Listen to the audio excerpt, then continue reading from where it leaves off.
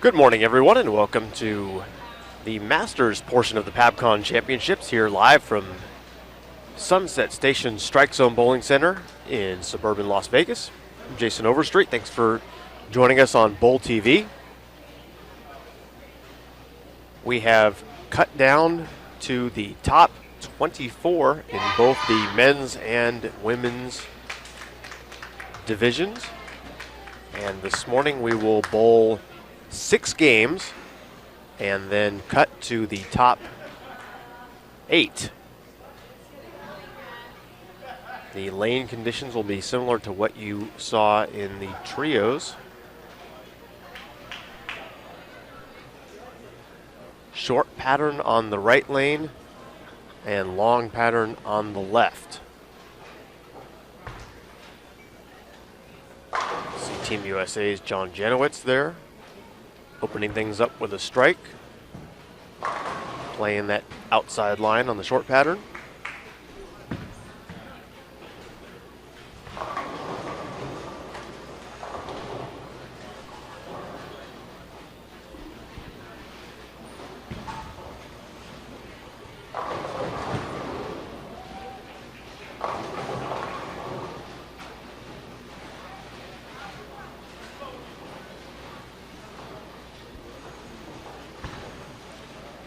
So this morning for 6 games, really just get to watch some outstanding talent.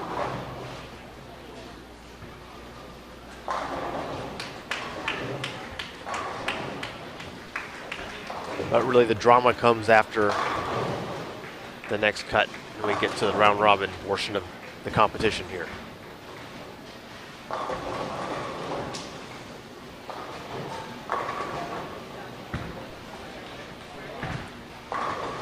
Patrick Allen.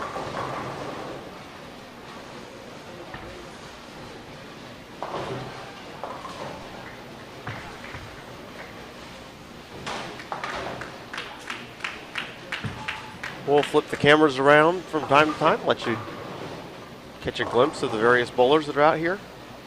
Pretty much let the action speak for itself this morning.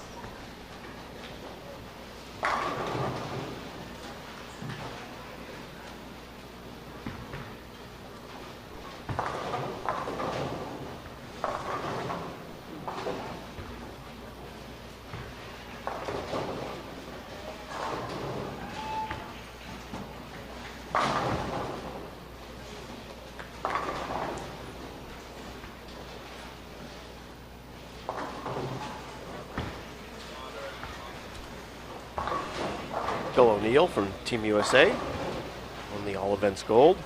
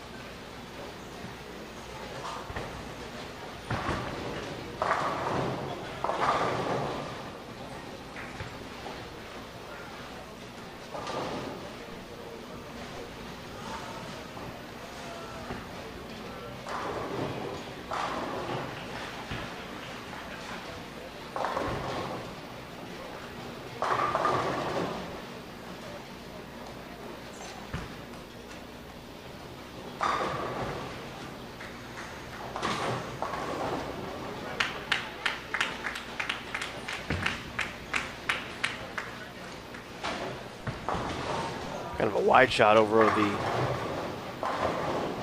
women's side. The dead pair in between the men and the women here. So Liz Johnson, Stephanie Nation there, picking up the ball. And Samantha Howe for Canada with the spare conversion.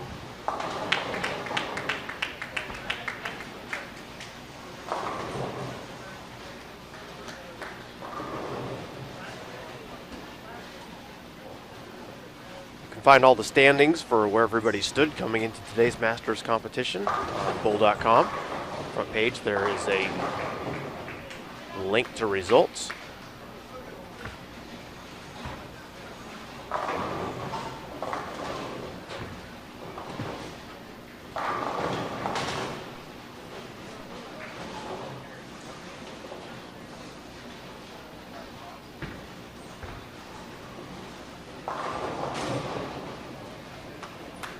Mark Buffa from Canada. And Leto Monticelli there, waiting. Venezuelan Hall of Famer.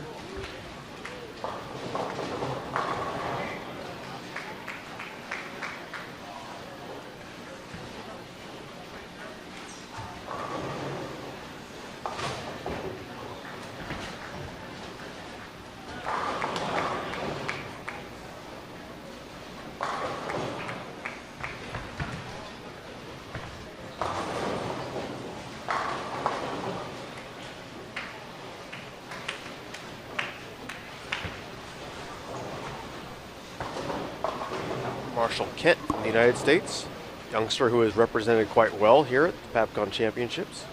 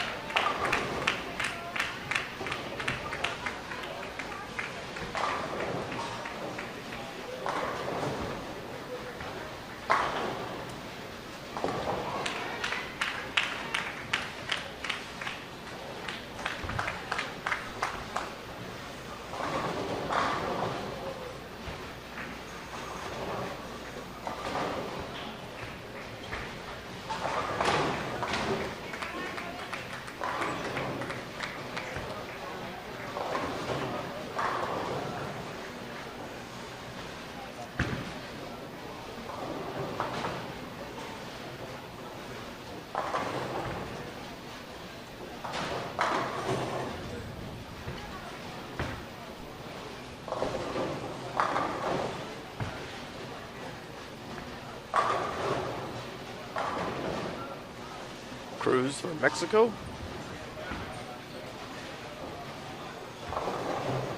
Threw some clutch shots yesterday to lead Mexico to the silver team event.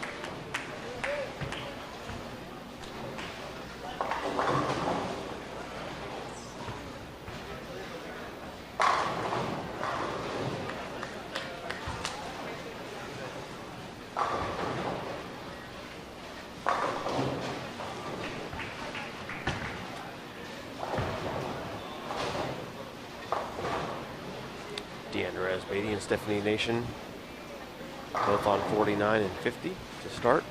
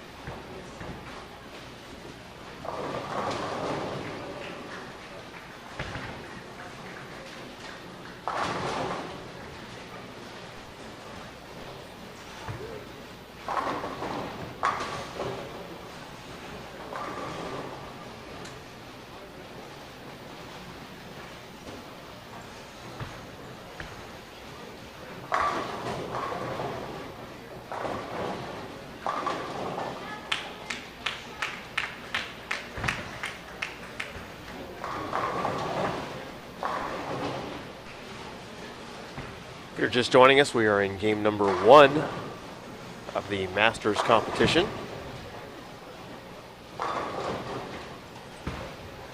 Roughly the 5th frame. And once again this morning,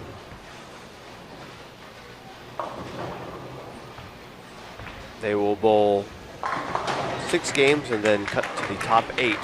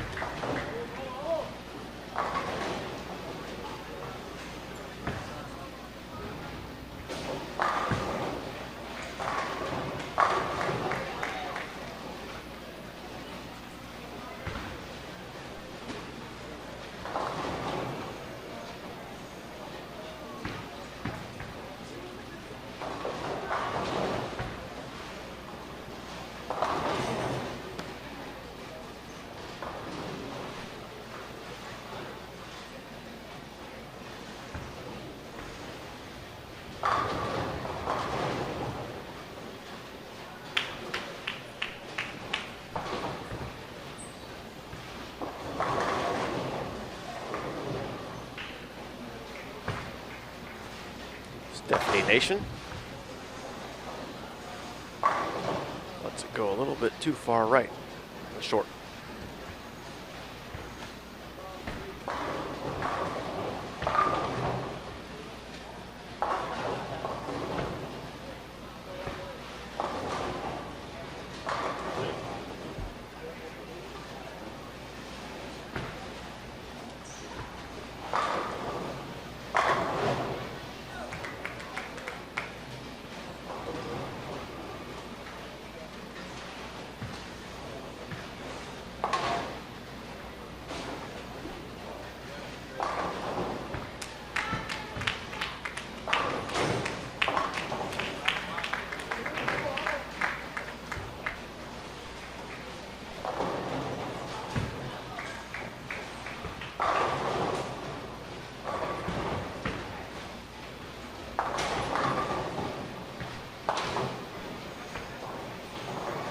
Look at Liz Johnson.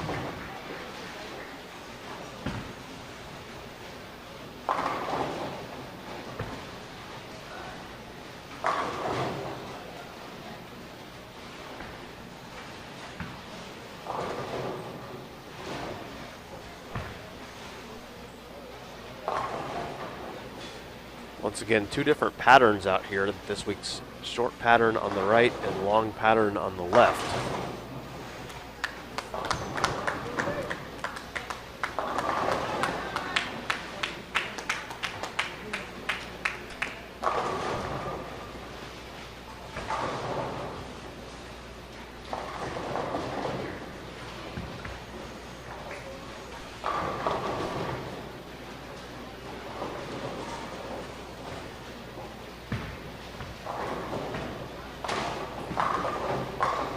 That's why you'll notice, having seen Stephanie's last 2 shots, playing far outside on the right lane and deep on the left.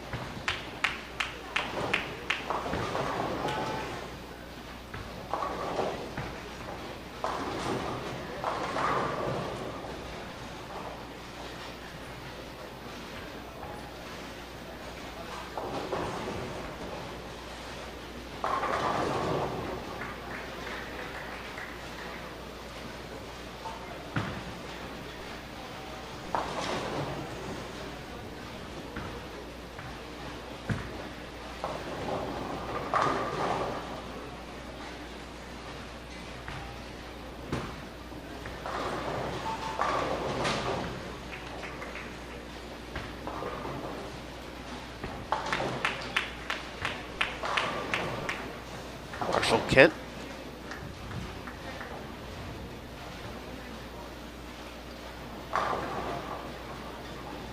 Now, once again, a slightly different format at the PABCON Championships this year. These top 24 bowling 6 more games. And then a cut to the top 8 for round robin. We are in game number 1 of the day.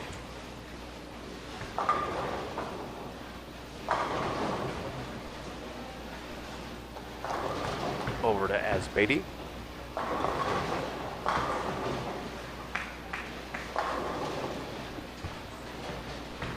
Patrick Allen.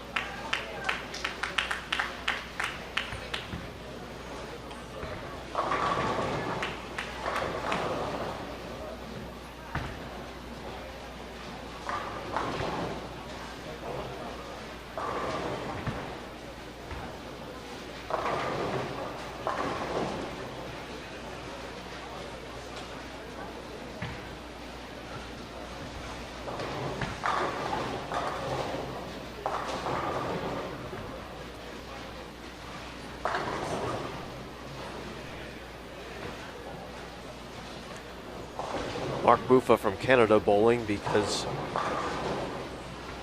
Gomez from Colombia withdrew, elected not to participate. So Buffa was added to the field here at the Masters.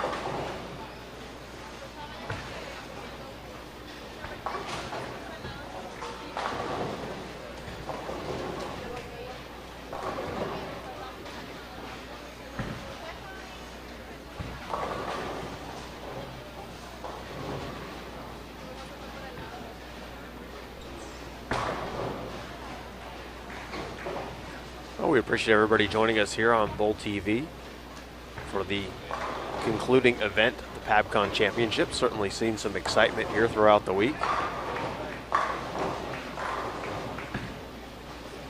as Team USA took home gold in both the men's and women's team yesterday. And the women really shooting an incredible score with a monster fifth game. Put on quite a display.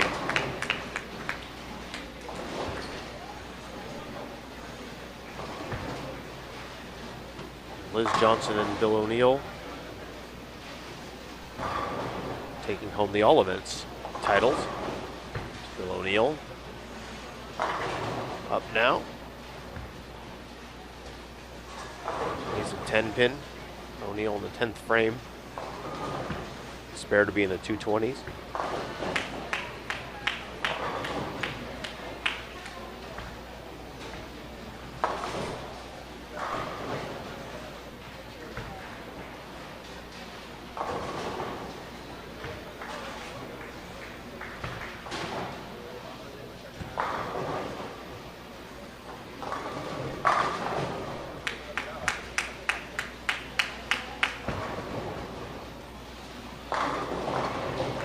McClellan.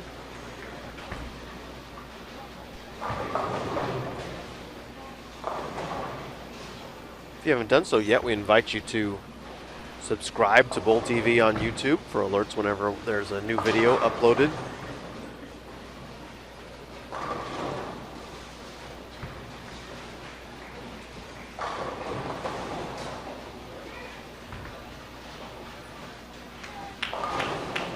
Also invite you to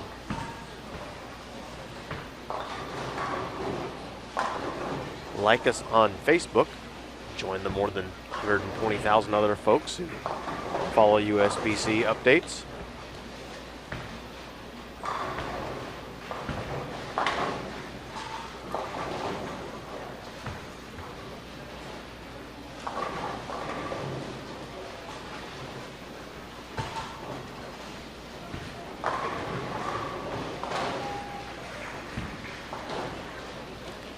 To Super Big Bear, who says you already subscribe and like us.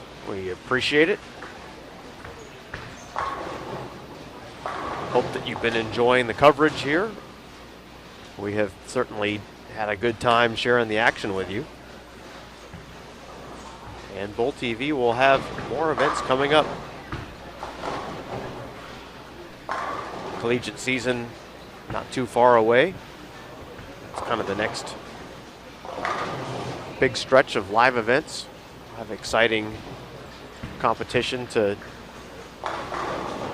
bring you. USBC Tier 1 events, some NCAA events. We're going to have the Senior Queens coming up in October from the International Training and Research Center in Arlington, Texas. Team USA trials back here in January. That's always a fun one to watch, fun one to participate in.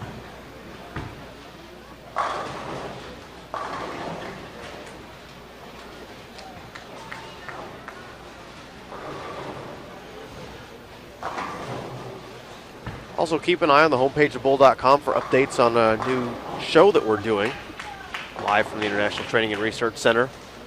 About every other Wednesday, just a short half-hour show called Bull TV Live, where we take some questions online from you, the viewers, for our coaches.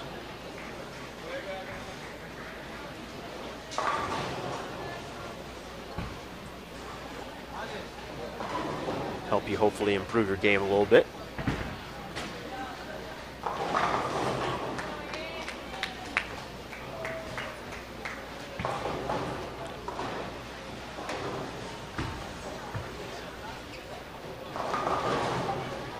So just seeing some scores here as we wrap up. I can't see all of them. You'll have to be patient and wait for an update to come on bull.com. But Rolando Cebalon from Dominican, 137.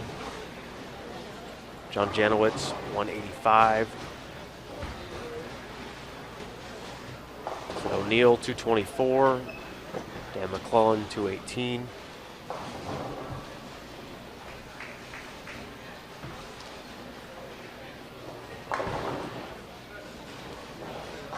But as I mentioned earlier, because we have 6 games here that just get added to the total before cutting to the next 8.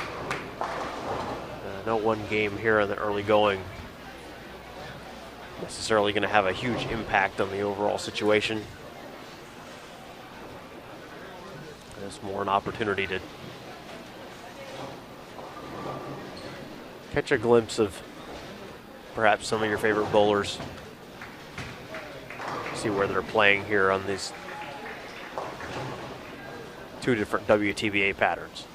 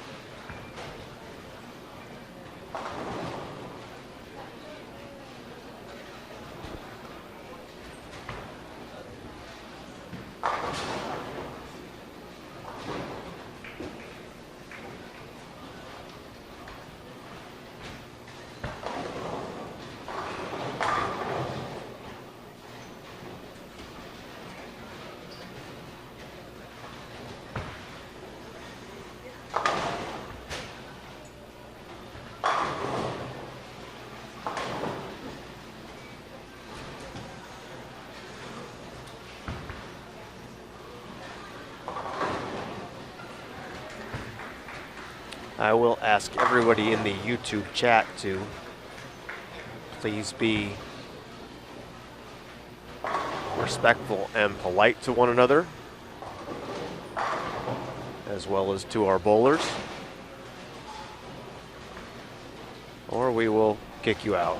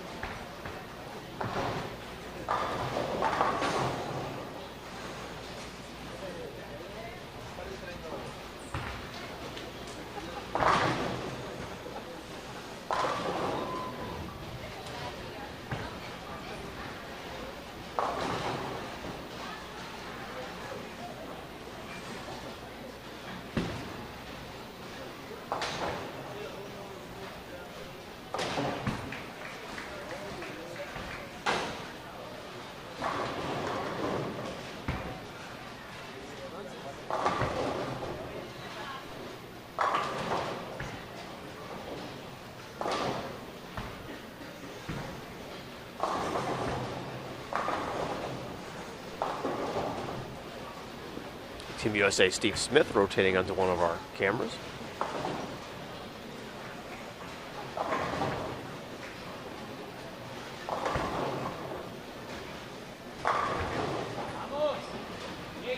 Steve has had a really nice tournament.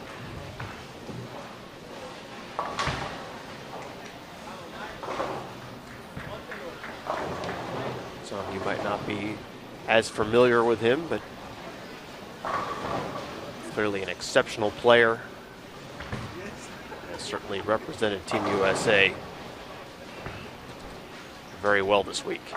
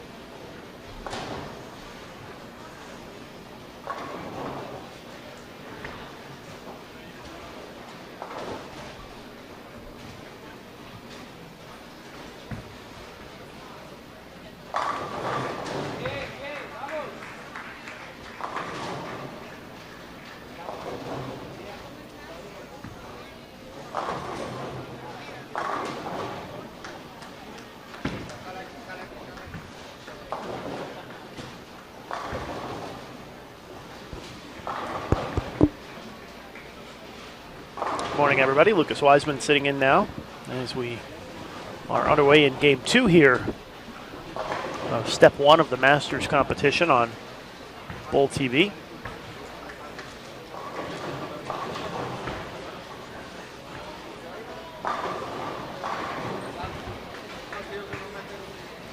Mark Buffa, who got into the field this morning because Andres Gomez had to drop out. Mark was 28th in the all-event standings, and he was the only one ready to go in the bowling center. So he was able to step in and bowl, although I think a bit of a long shot to make the cut into the top 8.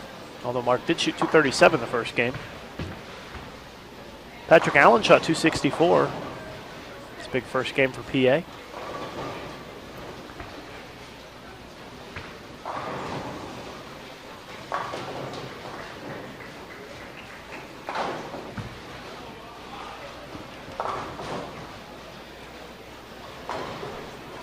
Take a look at PA, who's got that quick approach now. Bill O'Neill had 224 the first game.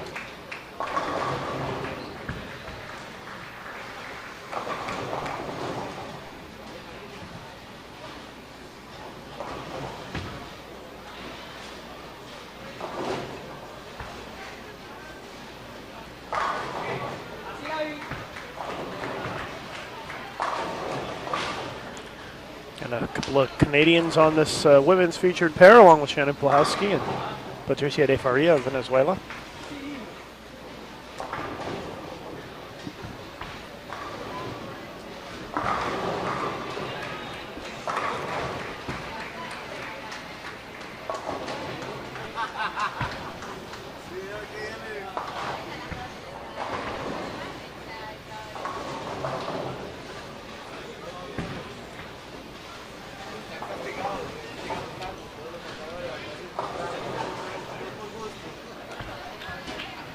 Here's a shot of Alejandro Cruz, Mexico.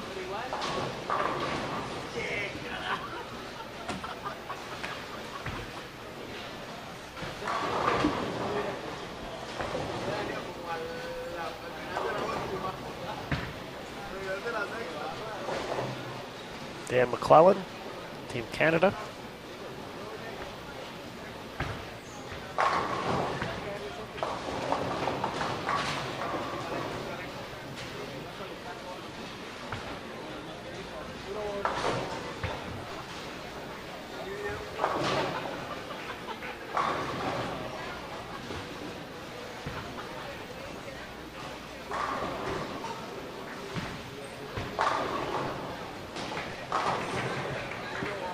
Patrick Gerard from Canada with a double. He shot 206 the first game. As soon as we have an update on the standings, we'll let you know. De Faria.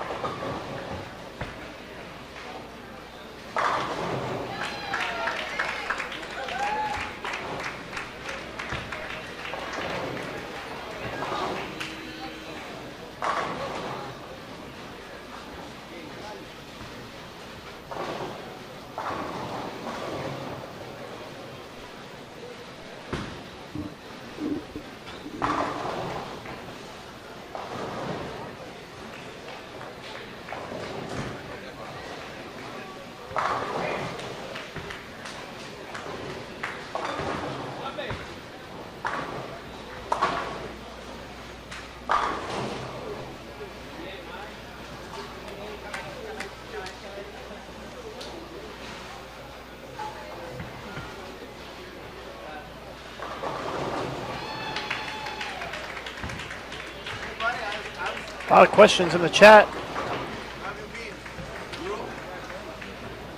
Let's see. What happened to Andres Gomez? He had some personal business to attend to. He is not injured. Please repeat the format. They bowl 6 games this morning. Cut to the top 8. All the pins carry forward from the whole tournament. And then this afternoon they will bowl 7 games of round-robin match play and make the cut to the top 4 for the semifinals. Show the Mexican women bowling. I wish I could, but Azarette is not close to our cameras. We show you whoever's in front of the cameras. Dave wants to know why they made the lanes so easy. They are not that easy. These are WTBA international patterns that are USBC Sport bowling compliant. And by the way, today they're bowling left lane long, right lane short. So it's dual pattern competition today, which makes things even a little bit harder.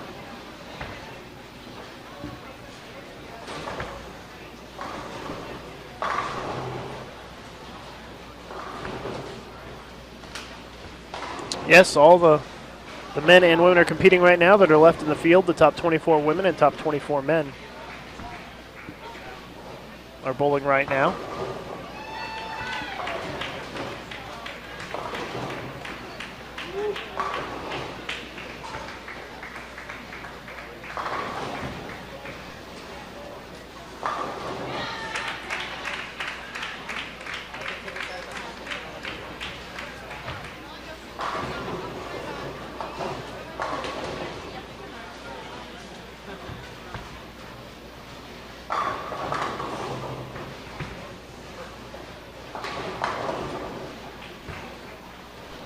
Dave wants to know, why is it they average 240 at these tournaments? Have you considered because these are the best of the best? And I'm sure that any of them would be happy to take you on if you think you could beat them.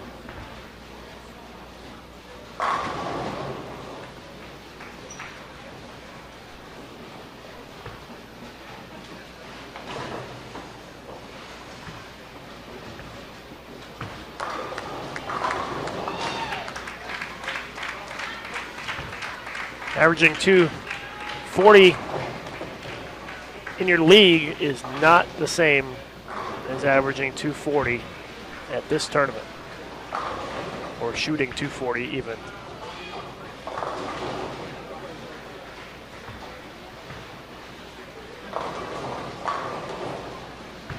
I would guess that if you average 220 in your league on a house shot, you might be lucky to average in the 190s out here.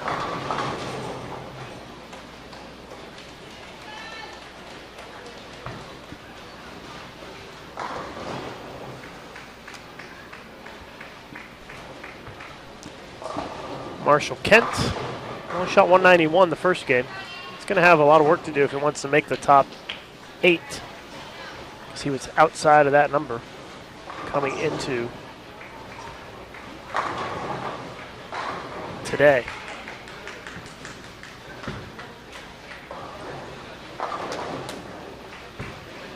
By the way, Linda makes a good point. Nobody averaged 240 this week.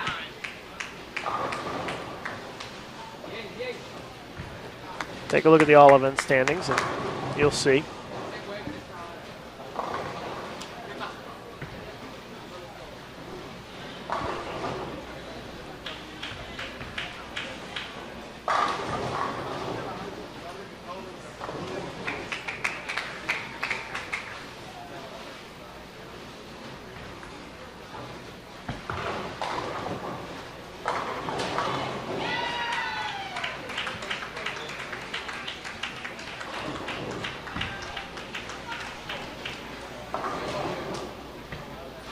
And one last comment for Dave. If you think that you can beat these guys, come out to the Team USA trials in January and put your money where your mouth is. See if you can actually legitimately do it, because the Team USA trials takes place on these patterns. So come out, show us what you got, and then if you score high, then you'll have the credibility to criticize and say that they're high scoring.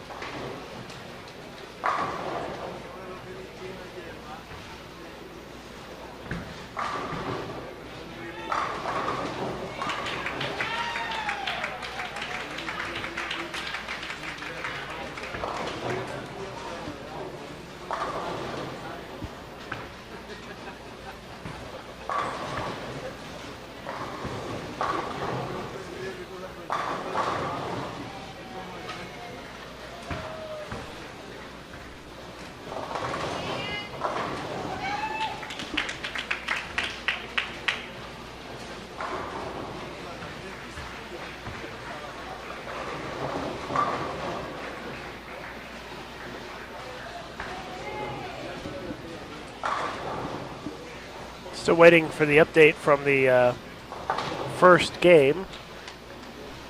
Should have that coming in here shortly.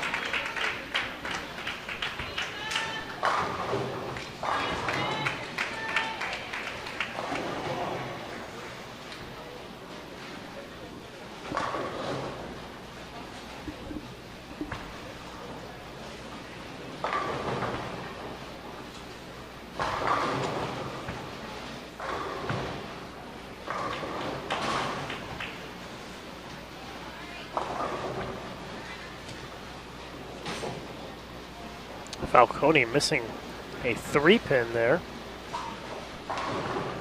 John Janowitz shooting a 3.67-10 split in the 8th. He only had 185 the first game and can only max at 210 this game. So John started the day in 4th and dropping down a little bit.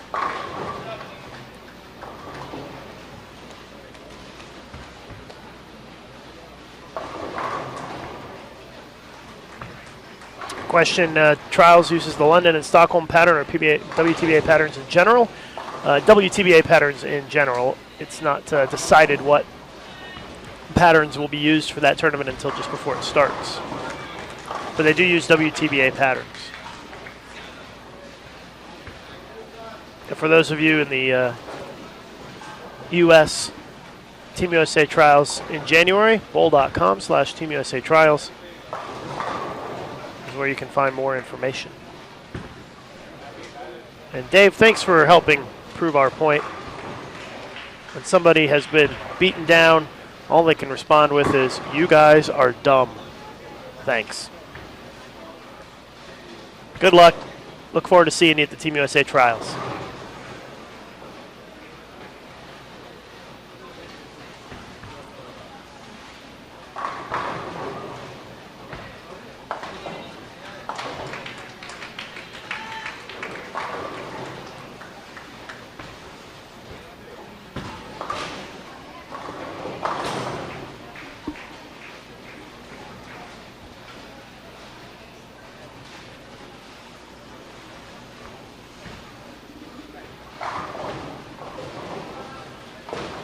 Someone asking in the chat if the ball reps are present. Not. Jenner lives here in Vegas, so he came and was watching the action here this week. But Team USA has Kim Terrell-Kearney and Rod Ross as their coaches, so that's pretty much all they need.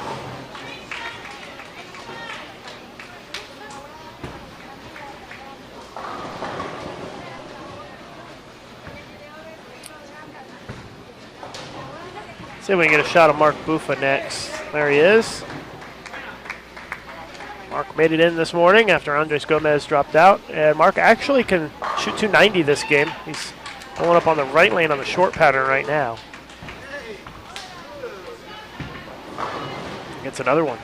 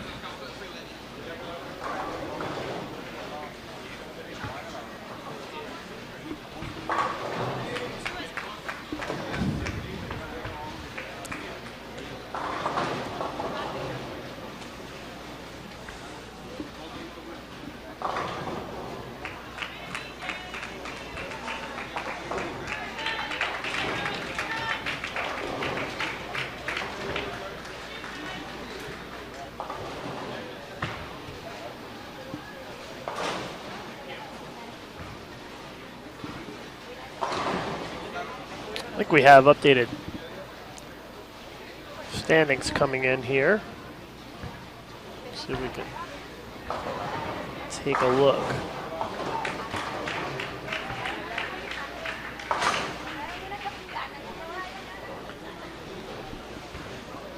Liz Johnson now still in the lead. Rosia Restrepo has actually moved up to second. Stephanie Nation.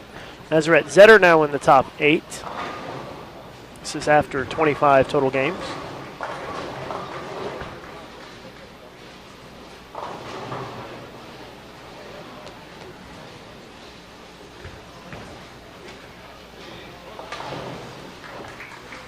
Tommy Jones has moved into the lead on the men's side.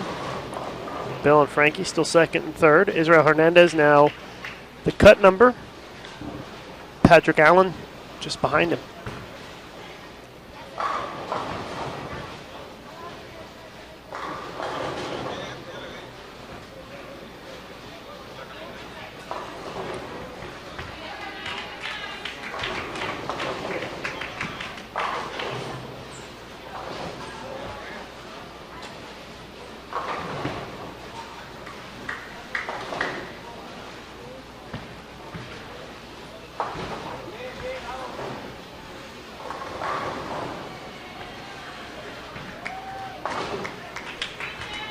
So that's the update after one game this morning.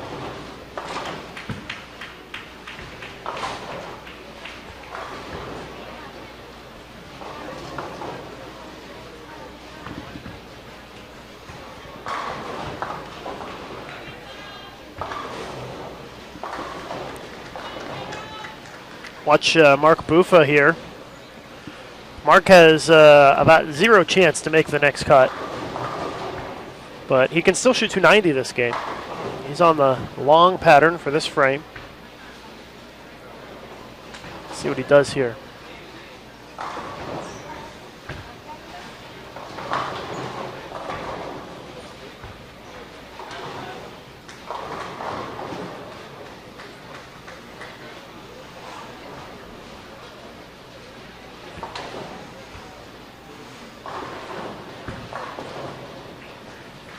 Comes up light, leaves the 2-4-10.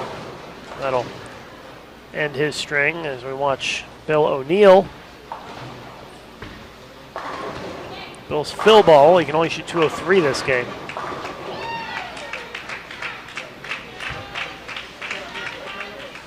Dan McClellan, 232. Daniel Falcone, 234. Alejandro Reina, 239. John Janowitz, 178. So John Janowitz quickly falling out of the mix to make the next cut. Marshall Kent can only shoot 191 this game, so he too is quickly falling behind.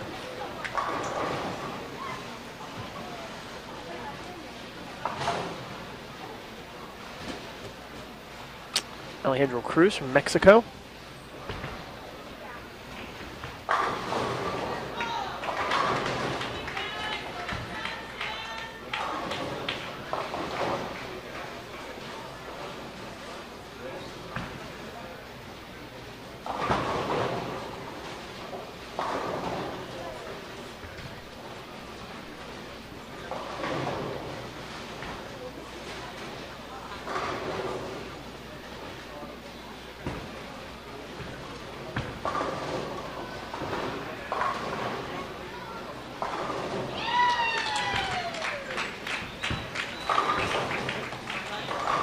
George Lambert with a strike. He shoots 268 this game. Steve Smith had 212.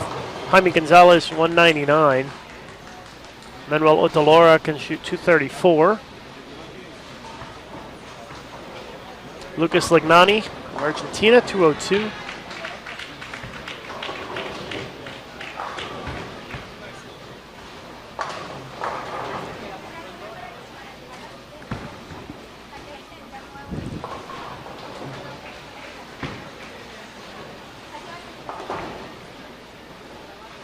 Four games to go after this one wraps up for everybody before we make that next cut to the top 8.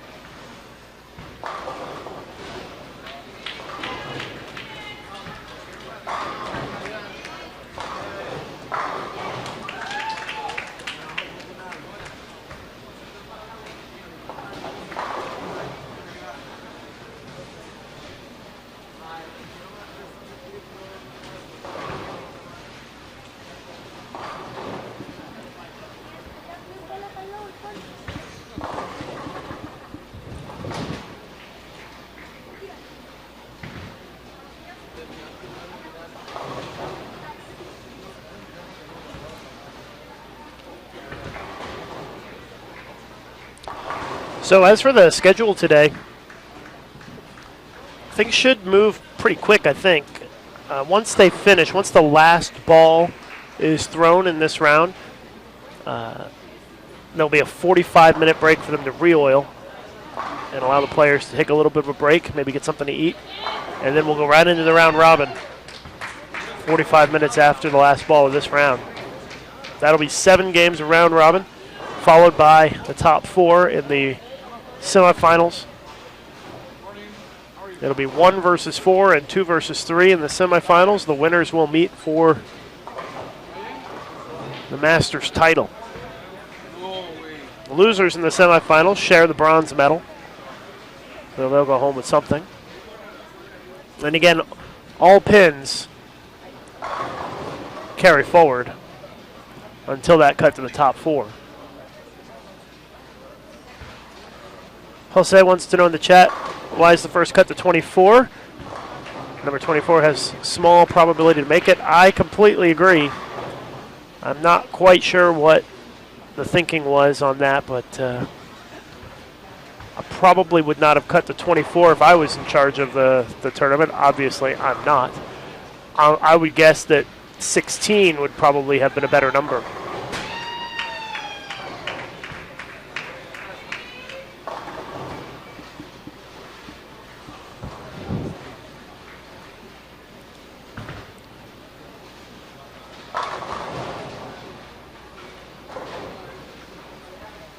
Although I've been saying that I would have gone to the top 16 and gone straight to round robin match play for 15 games.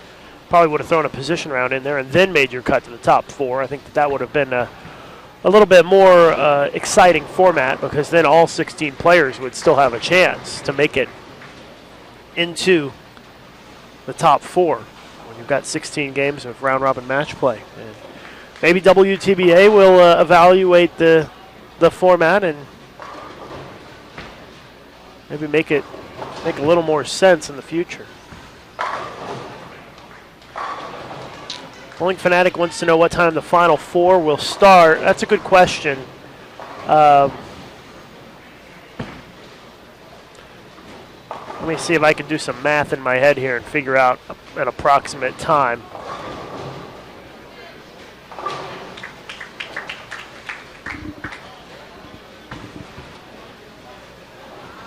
So we'll probably be done with this round at about, I would say 11:15.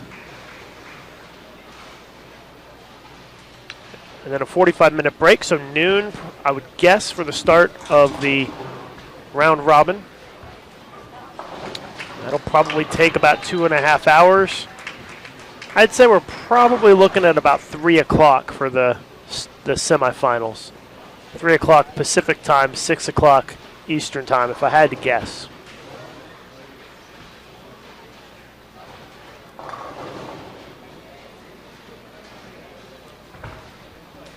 Of course, congratulations to Team USA. They've had a great week this week. They won both team events and all events yesterday. But one thing that I think should not get lost in what happened yesterday is the Dominican Republic men's team got the bronze medal in the team event.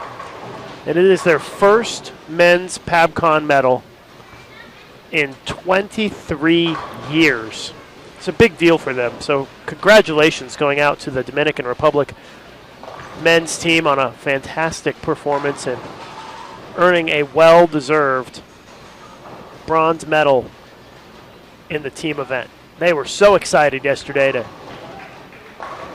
get that medal. It didn't matter what color medal it was. They were just excited to be on the podium. And so that's good stuff, and I'm real happy for them because they've worked really hard, and Coach Craig Woodhouse has put a lot of time and effort into helping the Dominican program, and to see them find some success yesterday was very rewarding, even for somebody who has no affiliation with that country but has watched them work so hard over the years. So congratulations to the Dominican Republic.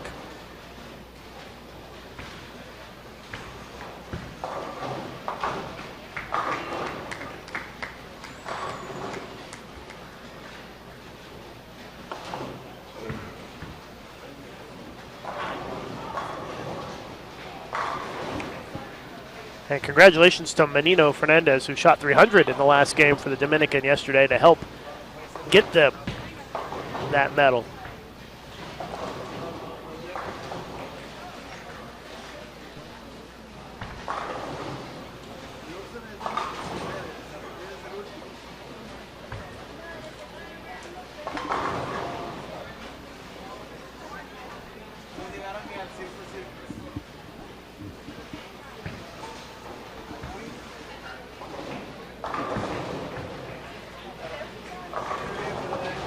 Marshall Kent. Marshall's going to have a lot of work to do these last 4 games to make the cut. He's only at minus 19 today, and that's not getting the job done.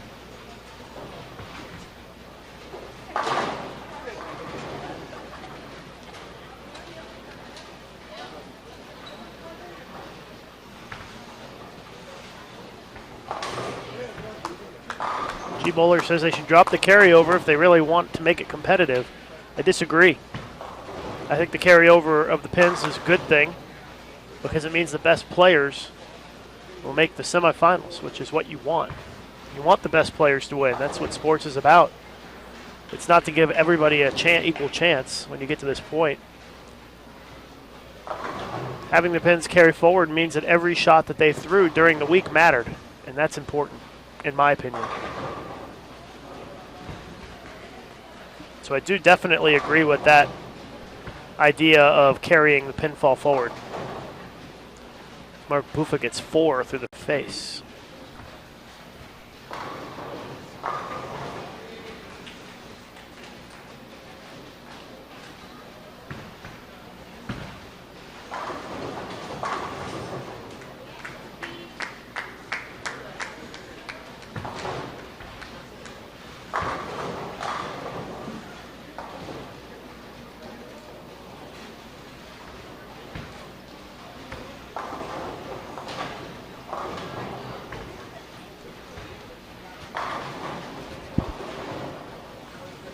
Joshua says, Lucas, I remember some advice you gave out on a webcast recently about slowing your ball down. Finally tried it. Helped tremendously. Thanks again. You're welcome, Josh. Good luck with your bowling. Hope that you're finding some success out there.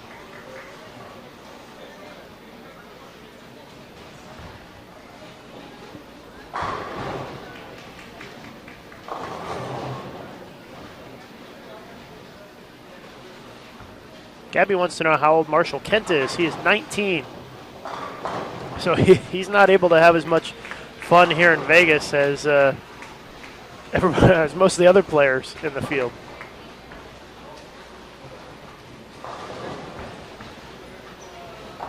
Doesn't really have a whole lot of options for things to do. He can't hang around in the casino or anything else. The only place he can go is pretty much the bowling center, the movie theater, the room, or the restaurants. So he's kind of been a little bored this week, I think, other than the bowling.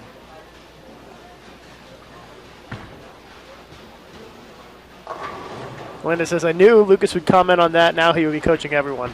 Well, Linda, I am a USBC bronze certified coach. Thank you very much. I don't know if you know that or not. And I did once coach Walter Ray Williams Jr. at the World Cup, and he averaged 235. And when I say coach, I mean I stood there and gave him a high five every time he struck.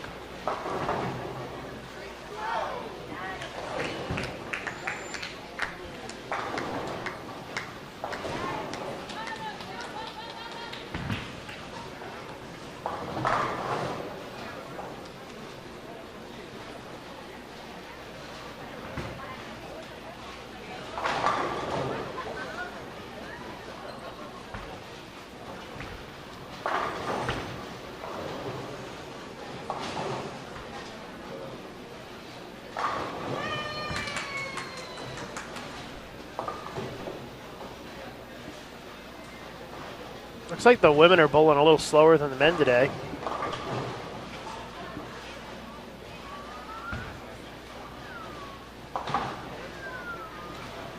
They are just finishing game 2. They just all moved and starting game 3 right now, and we're in about the fourth frame of this third game on the men's side. We've got Clara Guerrero and Lily Roble on the women's pair, Gabriela Hernandez and Ileana Lomili, it looks like. I'm asking what the next telecast on Bowl TV is. The next tournament that we're going to live stream is the USBC Senior Queens. That's not till October, so you got a ways to wait until we have another broadcast here on Bowl TV as far as the tournament goes. I think it's October 19th, if I'm not mistaken. So it's a little ways away, but I believe on Wednesday we will have another edition of Bowl TV Live, which is where you can get your bowling questions answered here on Bowl TV from USBC coaching staff. We usually have Carolyn Doran Ballard on, but last time we did it, we had Brian O'Keefe step in, Team USA assistant coach. And so we talk about some USBC related stuff and take your questions on Facebook for the coach. Give you some feedback on your bowling game. So I believe that's going to be Wednesday at 4 p.m. Eastern Time. Wednesday at 4 p.m. Eastern Time. If you want to make sure that you don't miss it, then make sure you like our Facebook page because we'll post it on there. We'll also post it on our Twitter feed, twitter.com/USBC.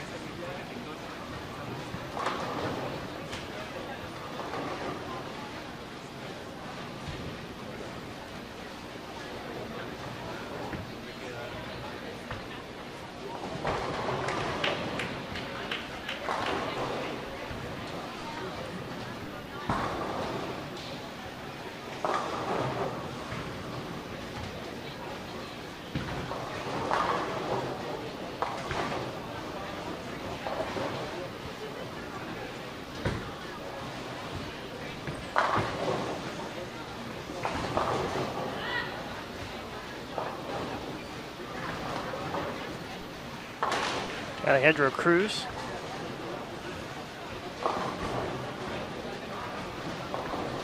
Mexico leaves the 7.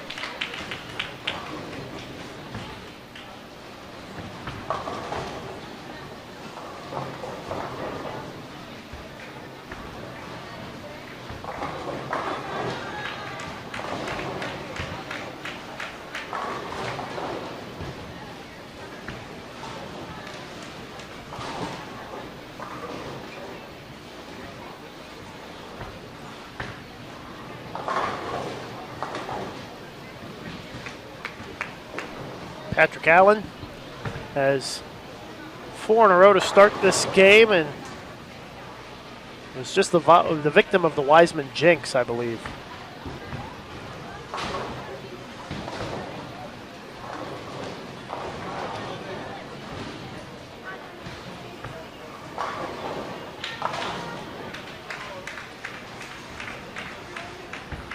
Clara Guerrero, Colombia. Good shot right there. Claire's only plus 10 today, though.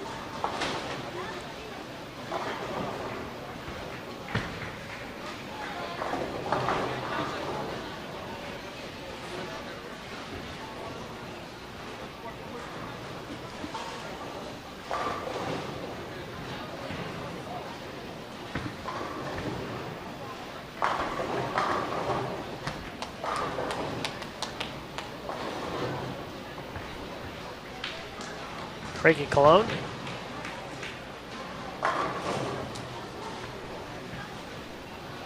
Ileana up on the right lane.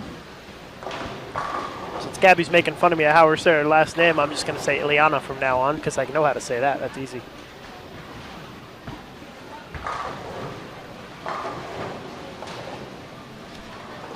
John Janowitz.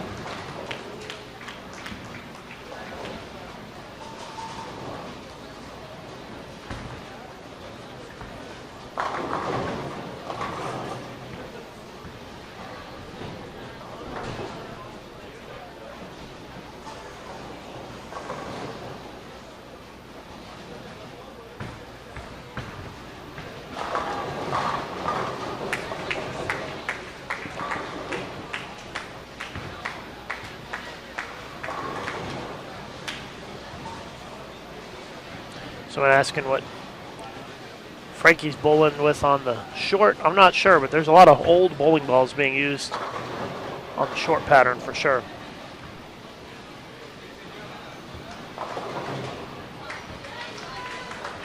Marcelo.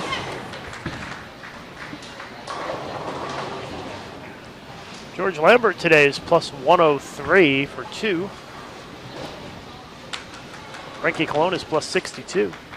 There's George off to the left. George double spared double so far this game. Gabriella.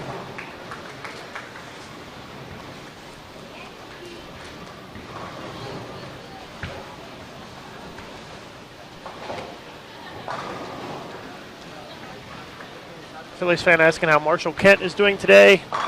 Not too good.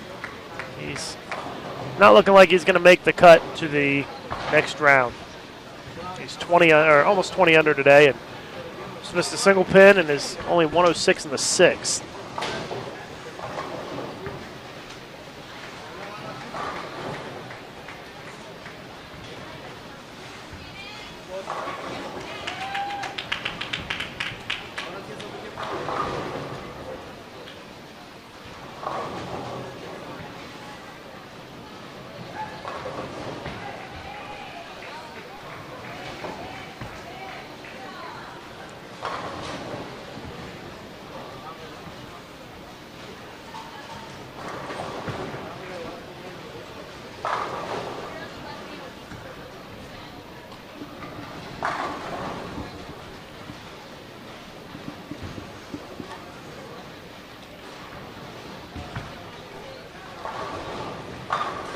Nice shot by Frankie on the short.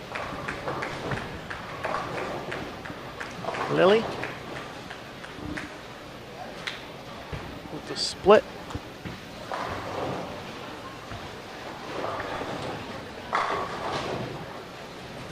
Marshall with another open, back-to-back opens, only 115 in the 7th, and it's slipping away from him here in in this Masters Step 1.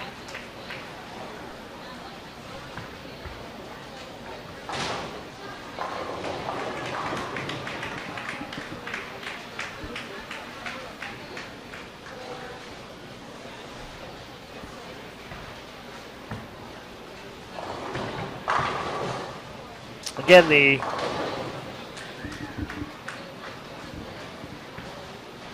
next round with the top 8 in each division scheduled to start 45 minutes after the last ball in this round.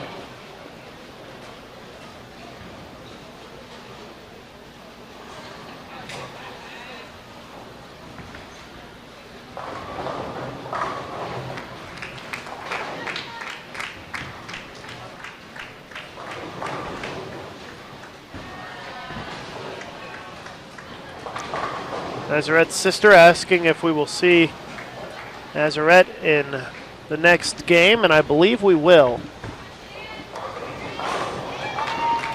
I think Nazareth will be on our women's featured pair for the next game.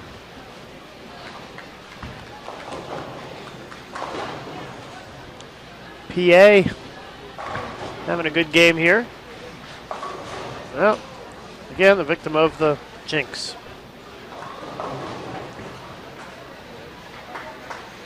Again, the next round will start 45 minutes after the last ball of this round.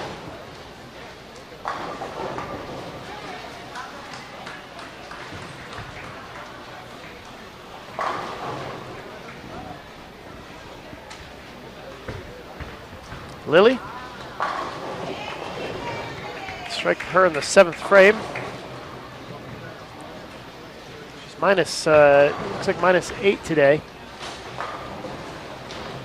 Nobody on this women's pair has really had a big day, although a couple of them are stringing some strikes. Ileana and Clara are both stringing strikes so far this game.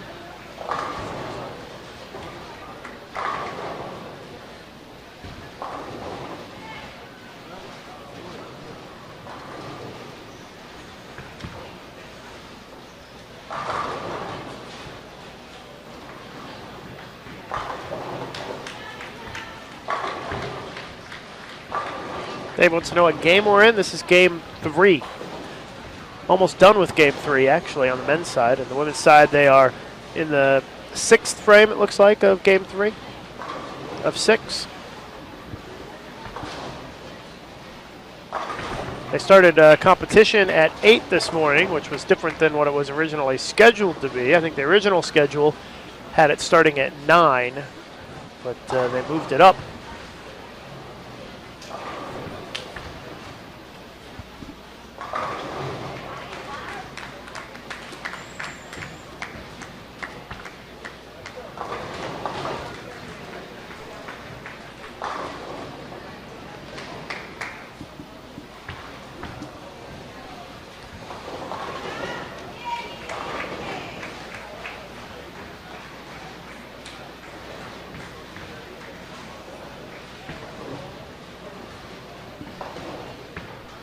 Bill O'Neill. Striking the 9th for Bill. He can still shoot 258 this game. Still waiting on standings here. As soon as we have them, we'll let you know.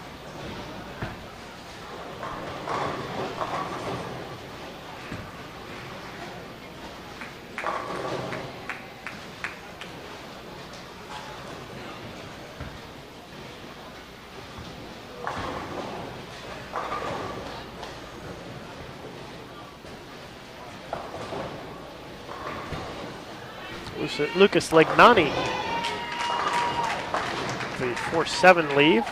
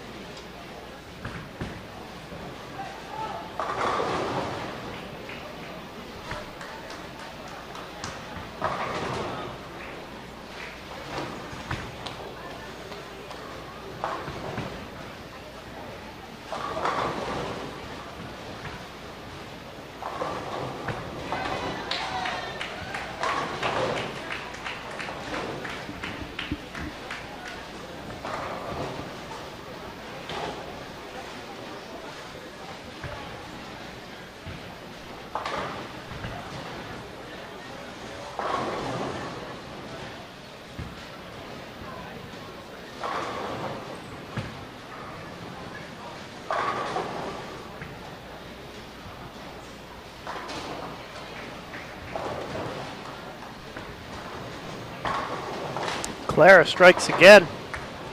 Clara's max score of this game, 280. She is putting together a good game.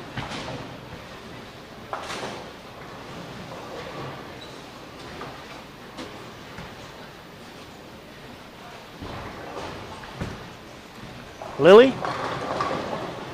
She was trying to get 3 in a row, but leaves the split in the 9th.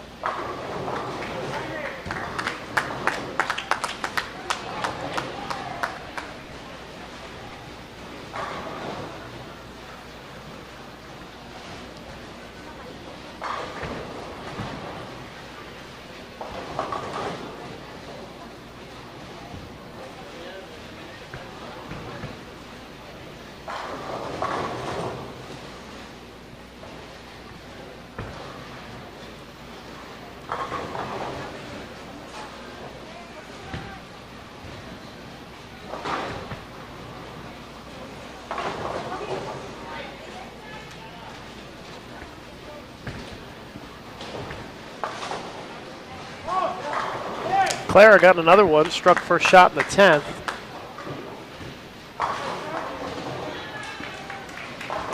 So she can still get to 280 this game.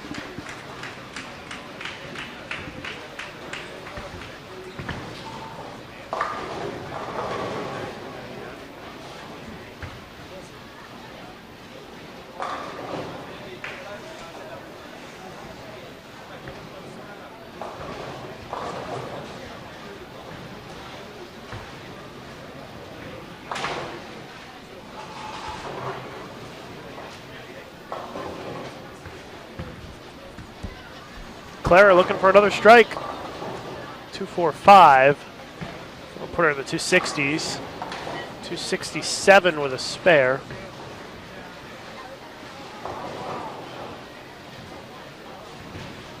Ileana can strike out for 219.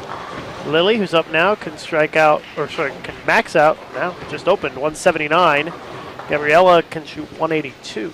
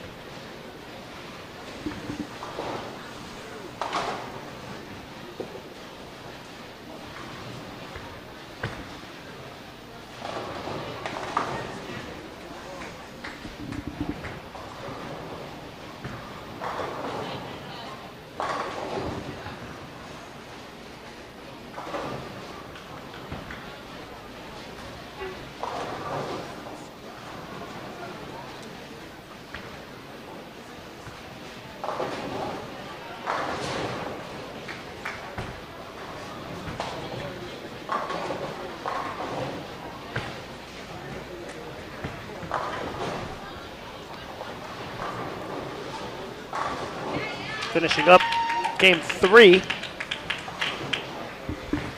of 6, so approaching the halfway point here.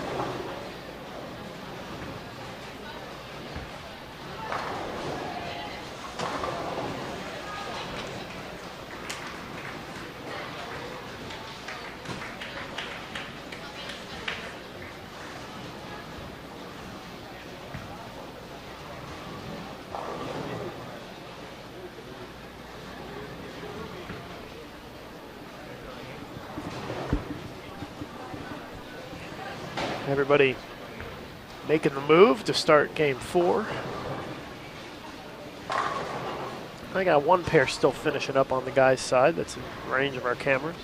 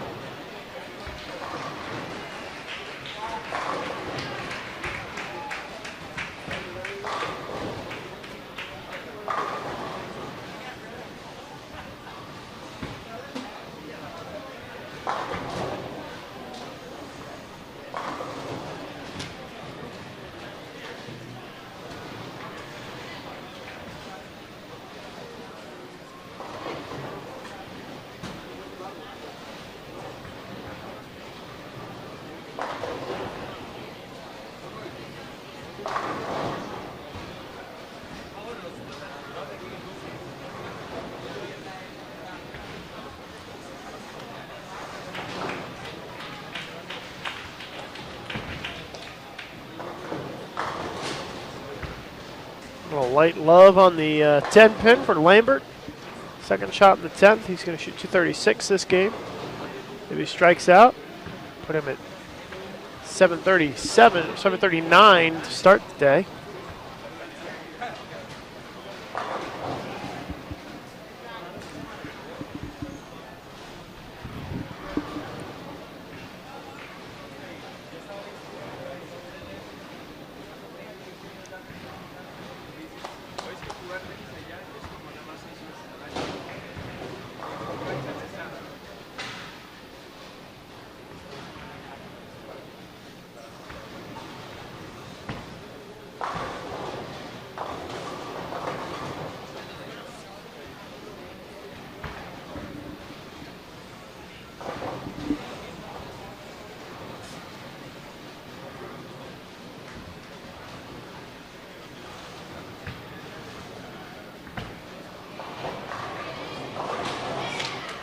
George finishes at 225. So 7:38 for George to start. 7:28 to start the day for George Lambert. It's a pretty good start for him.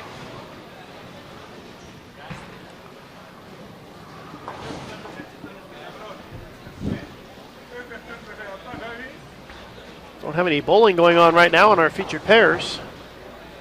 Still waiting for all the names to move. You know, one pair still bowling on the men's side here in game 3, and well, 5 of the 6 pairs still bowling on the women's side this game there.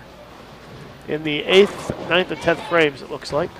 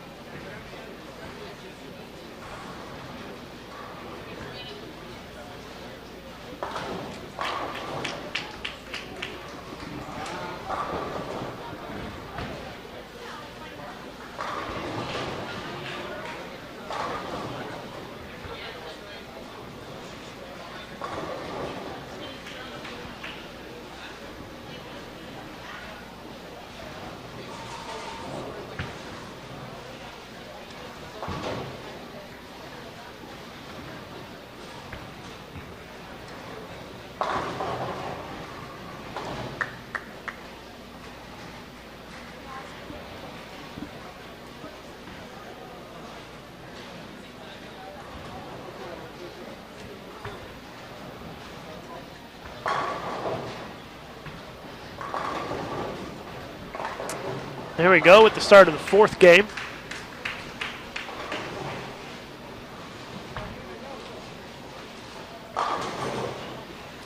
So the pace they're going, they'll probably be done, I would say, by 11:30, 11:40, something like that. So plan on the round robin to probably start somewhere around 12:15 or 12:30 at this point.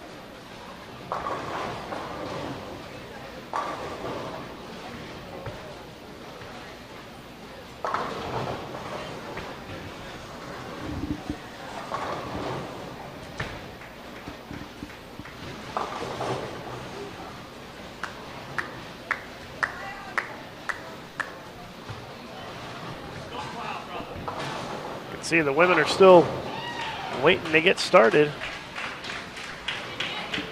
Eddie Fuentes from Venezuela. Speaking of Venezuela, Amleto Monticelli on this pair. Amleto 751 for the first three this morning.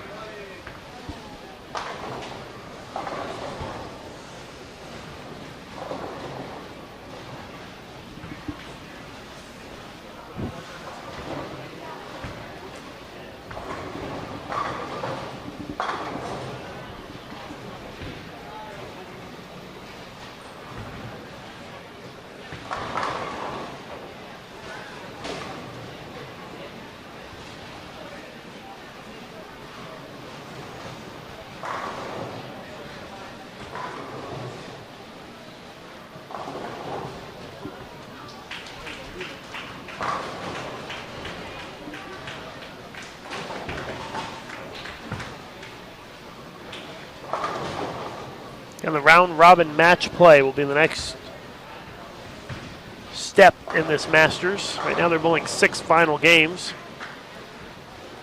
of qualifying to make it into the top 8. So we'll cut from 24 to 8 in both divisions after the 6th game this morning. Round robin match play.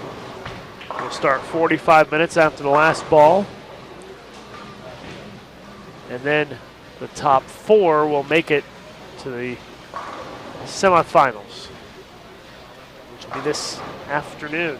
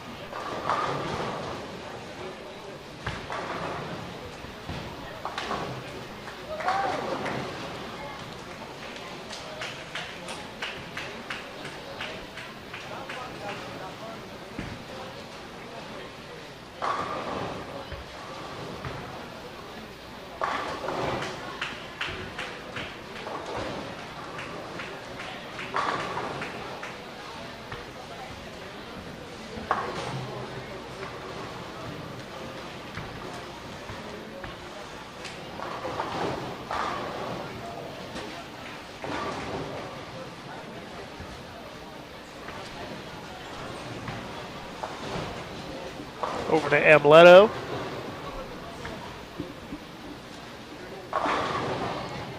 Amleto spare double to start this game.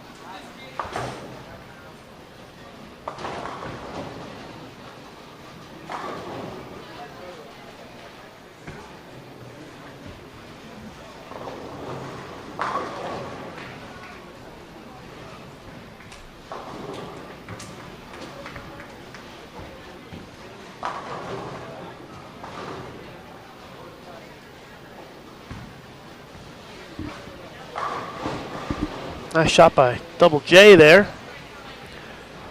The women are ready to get going. Looks like we've got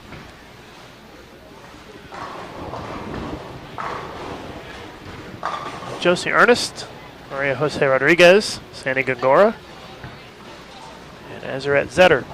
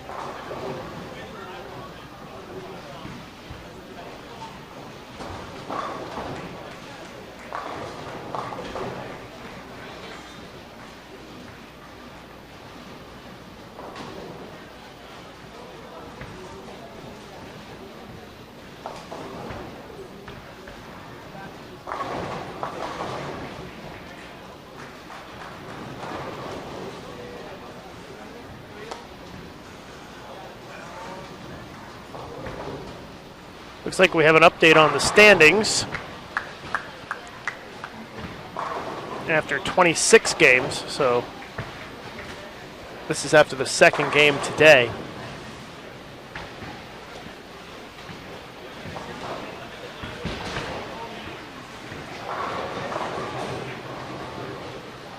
Liz Johnson still in the lead. Got 4 USA women in the top 8 right now, with Leanne Holsenberg just on the outside.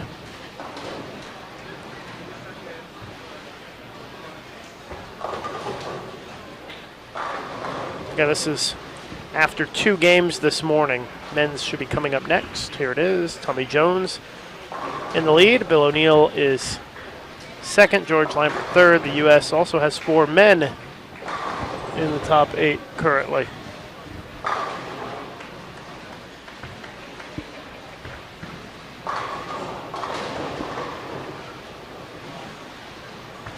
Let you see it one more time. Standings updated after 2 games this morning. We're in game 4 right now, though.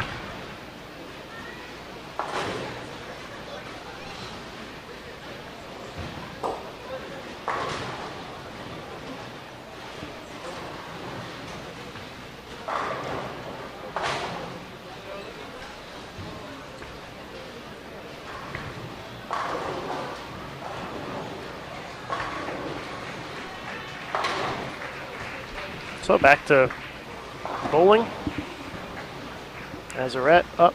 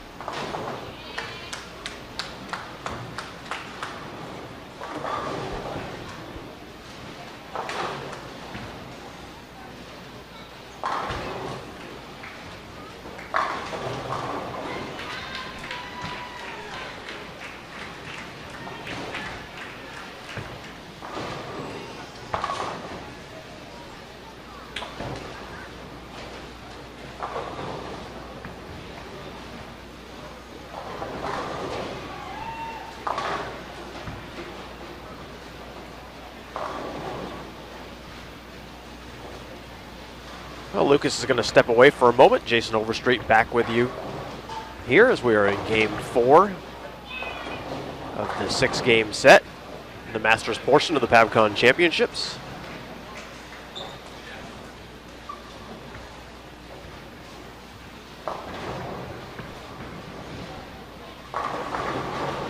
I see Azaret's sister is back watching and eager to hear how she's doing. Azaret's gone spare double here in game number 4. Just saw her teammate, Sandra Gongora, throw a strike.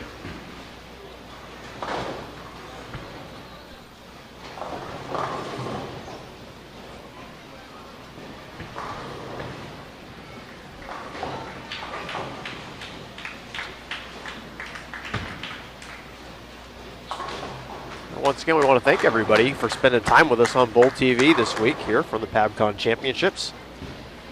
Also want to thank our host, Sunset Station. It's been a terrific week. Everybody's had a great time here. Enjoyable to see all of the bowlers and supporters from around the PABCON zone. And it's going to be great to have countries from all over the world here for the World Championships next year.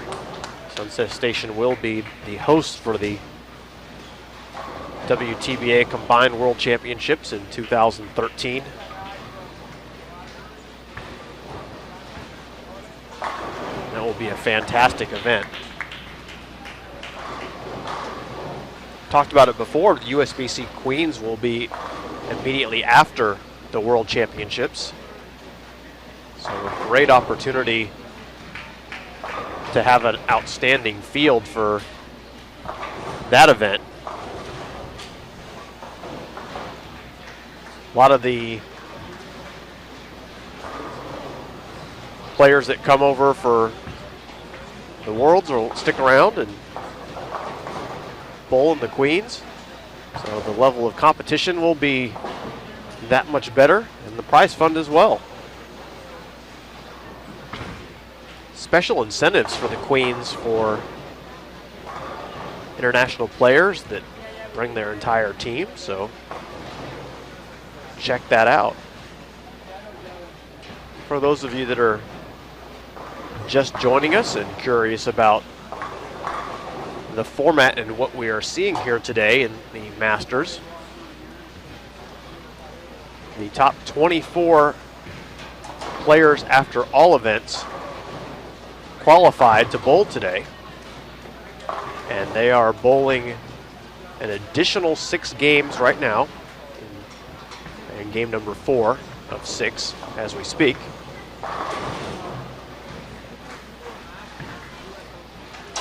And after those additional 6 games, there will be a cut to the top 8. All pins continuing to carry over. Those remaining 8 will then compete in round-robin match play. So 7 additional games with bonus pins in the round-robin competition.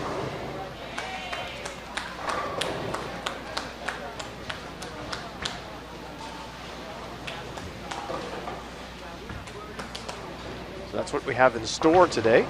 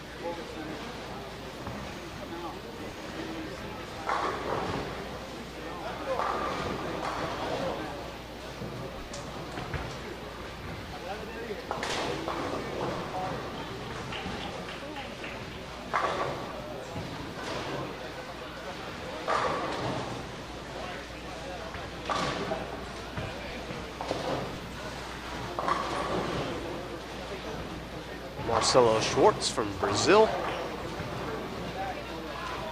former star Weber International, USBC Intercollegiate Team Champions this year.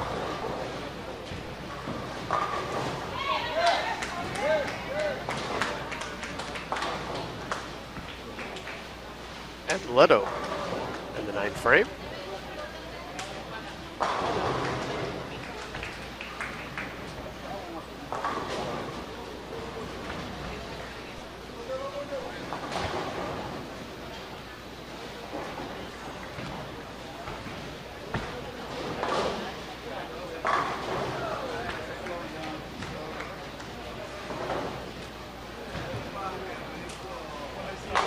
Team USA's Josie Ernest.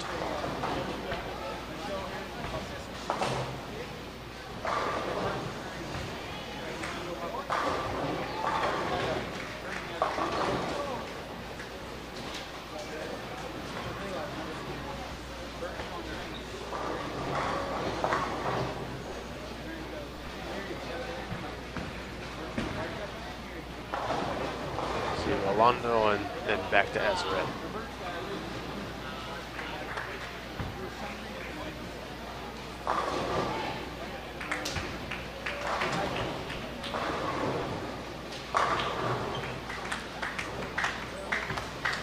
Sard doubles that strike in the night.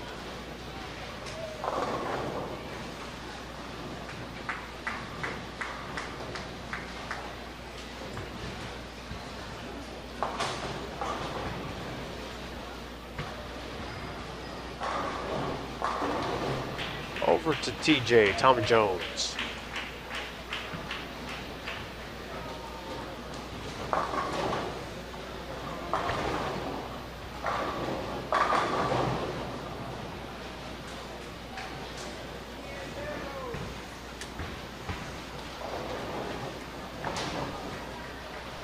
Always interesting seeing the players go on distinctly different patterns on the right and left lane to display their versatility of the lines they can play effectively. So the right lane being the short pattern and the left lane being the long.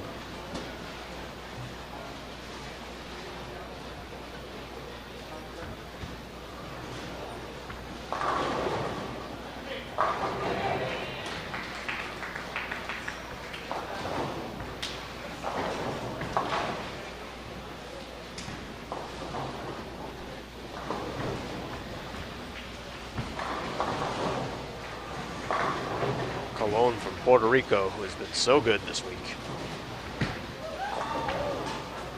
Makes it look easy. 4 in a row for Colon.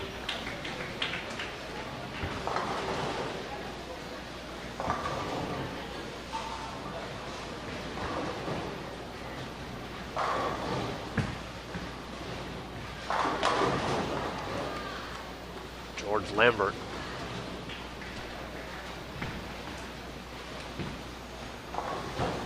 Said it often throughout the broadcast this week, but it's worth repeating. These lane conditions here are not easy. Sport compliant WTBA patterns.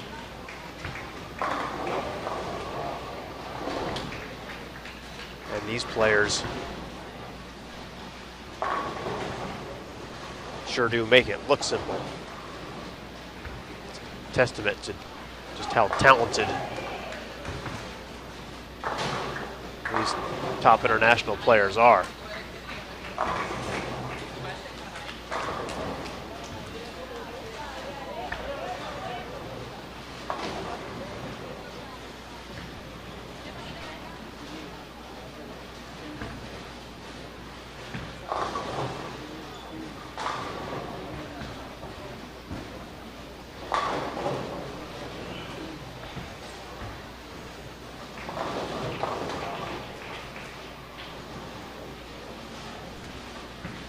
Well, I hope that if you have an opportunity and at any point during the pause in the action, you might take the time to click on the mybowlingvacation.com tab at the top of the YouTube channel. Mybowlingvacation.com offers terrific deals on rooms, cars, and airfare to bowling tournament destinations.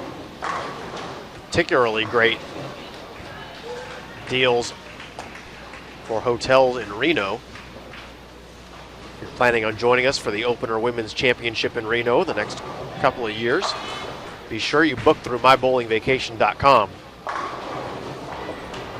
And if your travel plans take you elsewhere, it's often that mybowlingvacation.com has a better price than other travel sites. So as you're watching, take a moment and bookmark mybowlingvacation.com and remember to give it a look before you make reservations and as you're looking at your travel plans. Once again, mybowlingvacation.com, the official travel site of USBC.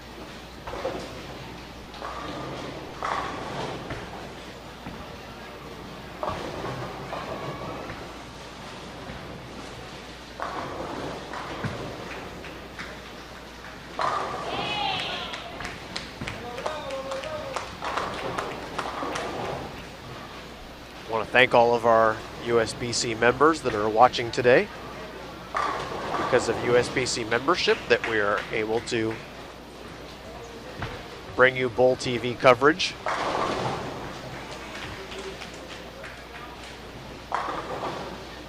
Fall leagues are getting started, and everyone should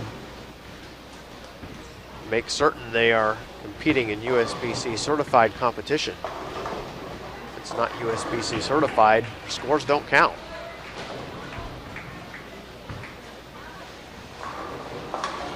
All of the ball approvals that take place, certification of equipment for the sport, happens through USBC. So continued support is critical for preserving the integrity of the game.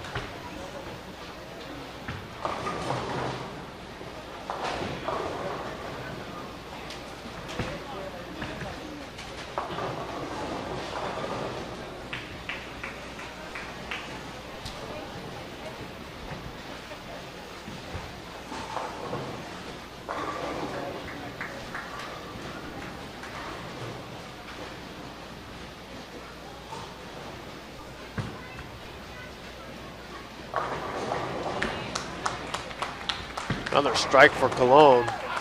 He shoots .268.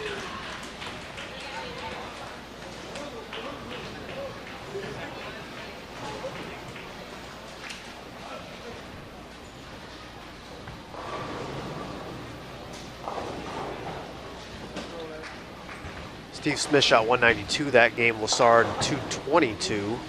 And Leto .207. Bufa .193. Lambert .206. Marcelo needs a spare for .177. Falcone .246. Tommy Jones can strike out for .247. Azarette. Zetter is still in the 8th.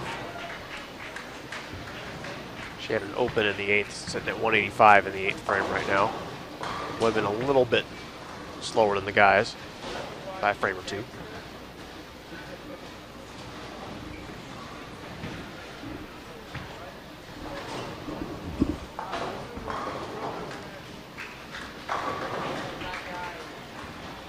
Jason's going to give us a look at the standings, which are updated after 3 games today.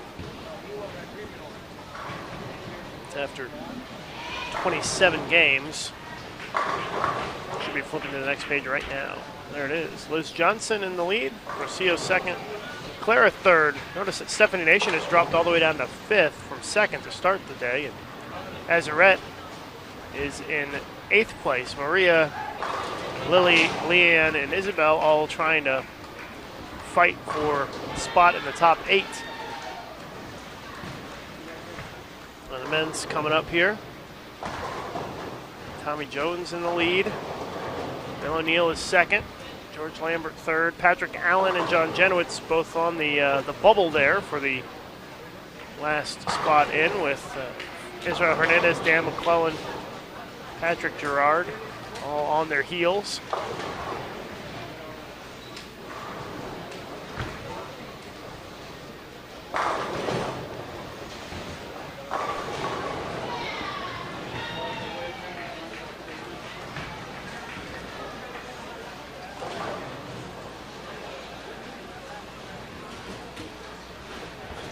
Did I miss Marshall Kent's name on the men's? Or is he missing? I don't remember seeing him.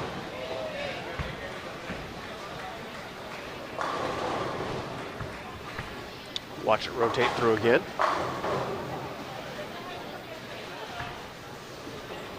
Okay, no Marshall Kent. I must have missed him. Yep, there he is, 15. Aha. Yeah, he's dropped a bit today. He's too far back, I think, to get in. 3 games to go on the scoreboard. He shot 191, 190 the first 2 games today, so not getting it done here this morning.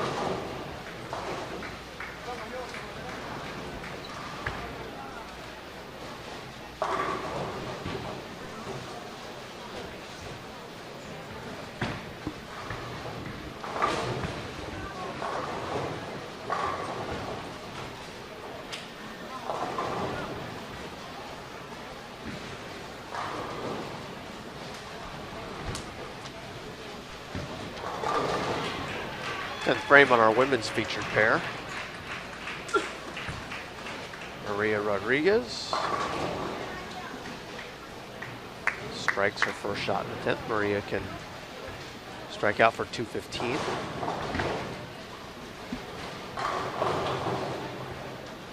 Gongora with this spare will have a 205 max.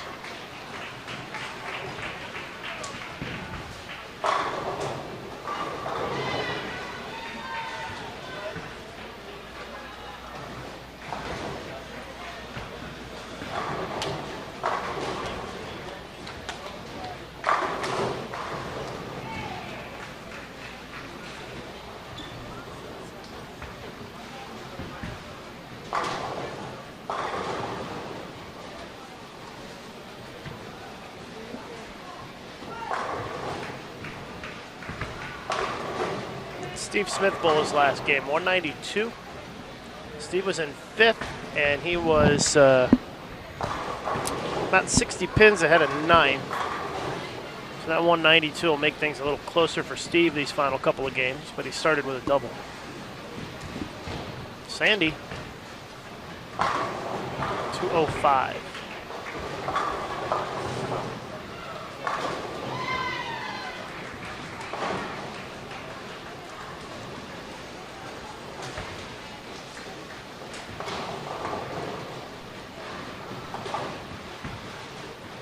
Tommy Jones. He's our leader.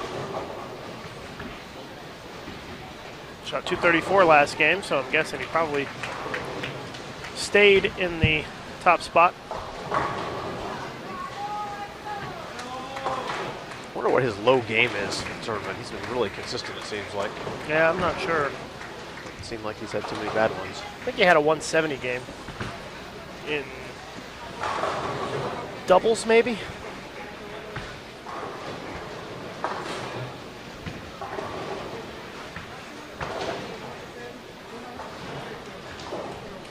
I think the only time we've seen him falter was when he had that pocket 710, the last frame of the game 5 in team, when the he needed that to have the guys top the women for a high game and couldn't get it.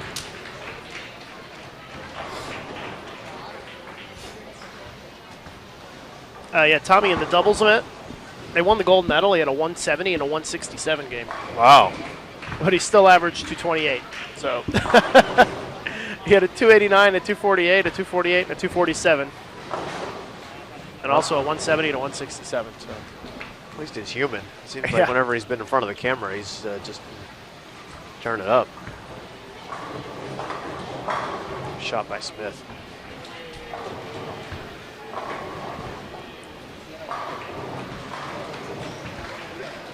Lazaret's family watching.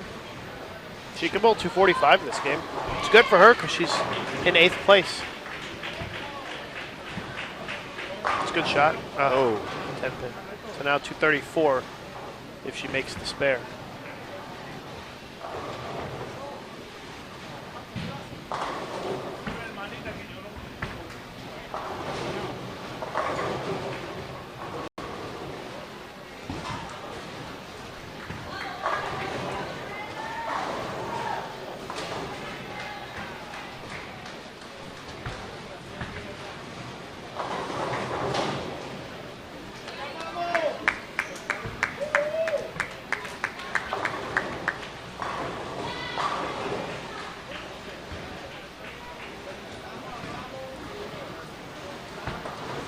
Lucas, when I went to breakfast, they had Call Me Maybe playing in the casino. And now I have it in my head again.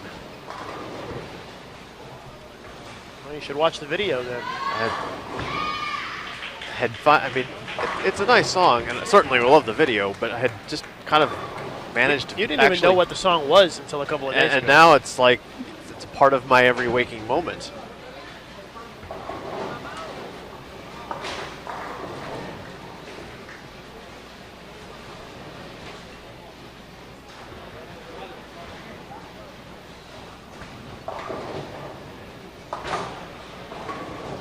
Someone in the chat wants to know, wants to log in to watch, but he only has his iPhone. If you go to Safari, which is your web browser on an iPhone, go to m.youtube.com/bulltv. m.youtube.com/bulltv. You can watch it on iPhone or iPad.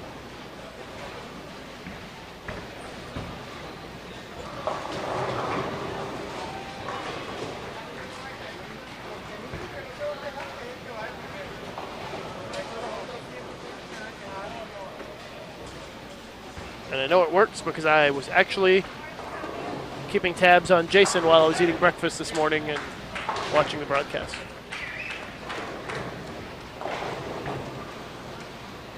Always a good idea to make sure that I'm not out of control when left alone.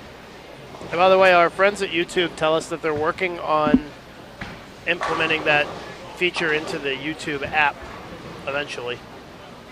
So it's not there yet. You can't use the YouTube app on your iPhone or iPad to watch live streaming, but you can get there through the browser.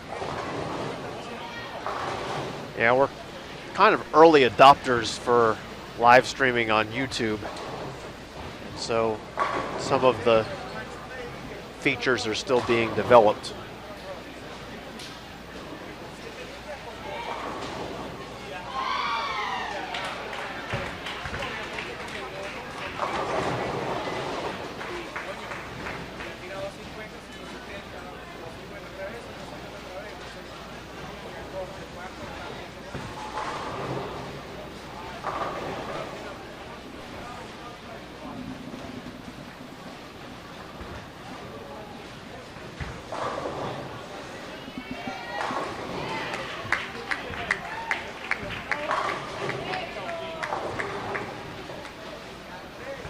We appreciate all of you who have subscribed to our YouTube channel while watching the PABCON Championships.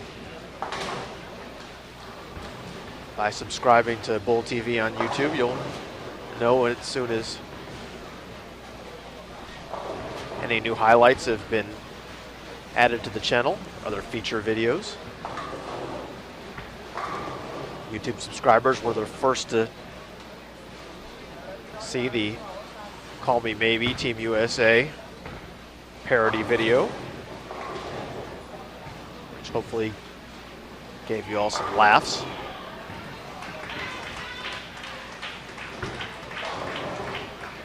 So if you haven't done so yet, please do push that subscribe button on your screen.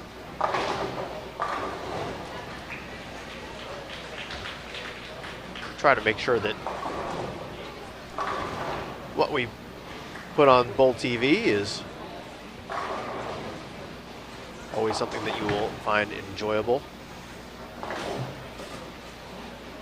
Be able to find a look at the 300 games that were bowled here during the tournament.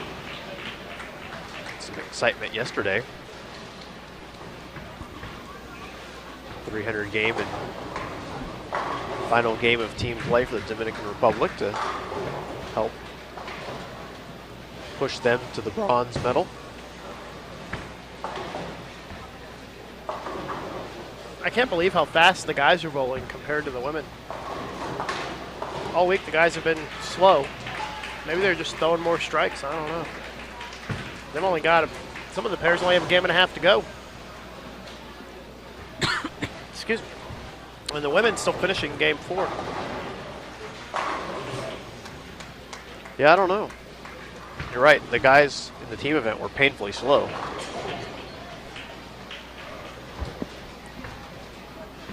But again, the round robin is going to start 45 minutes from the last ball, so of this round. The women still have a couple of games to go. Probably take them another hour or so. So I'd say we may be done by 11:30, 11:45, which means we'll probably start the round robin at 12:15 or 12:30. Probably closer to 12:30, I would guess.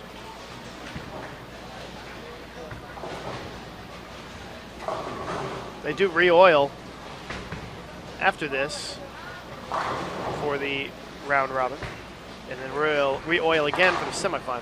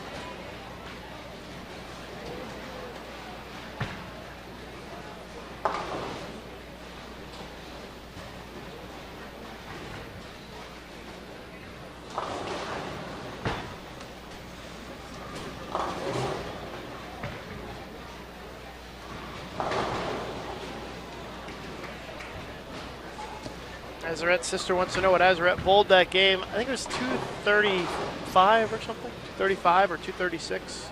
She's been done for a little while now.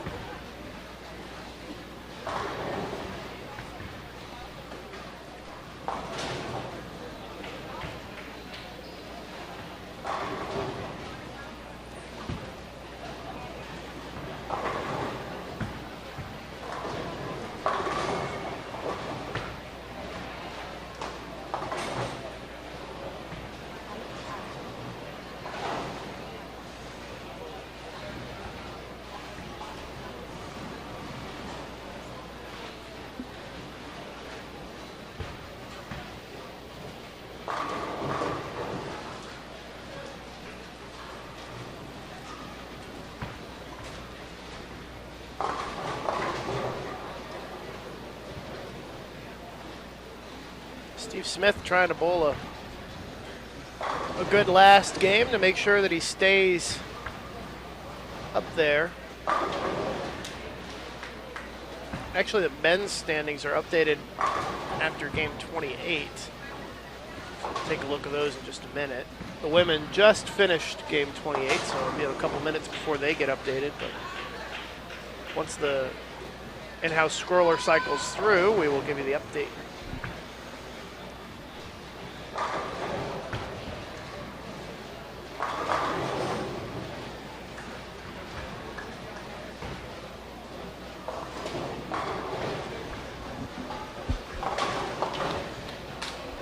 And here it comes, Jason.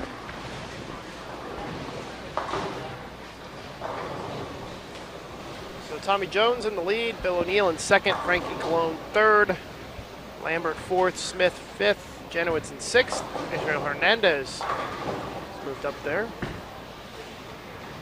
Only probably a couple of folks still have a legit shot to get in that are outside of the number right now.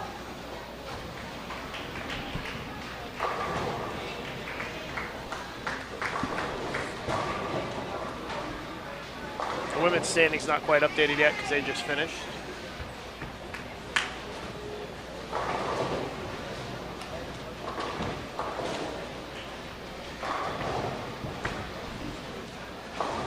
Just checking some data for our Bull TV views, and fueled in part by the popularity of the Call Me Maybe video. See that on the 23rd, which would have been a couple of days ago, Thursday. I guess the day that the video premiered. Bowl TV had almost 30,000 views. Wow. For our videos. Pretty good. So thank you to everybody out there. 30,000 people in a day watching bowling videos of some kind is a great thing. And we hope that if you like what you see, that you'll tell somebody about it. Help us grow those numbers even bigger.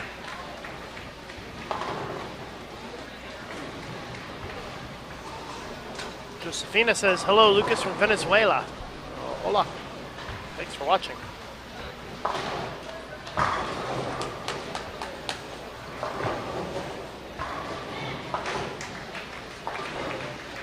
And speaking of Venezuela, we have Alicia Marcano, our women's featured pair, along with Paola Gomez. Karen Marcano.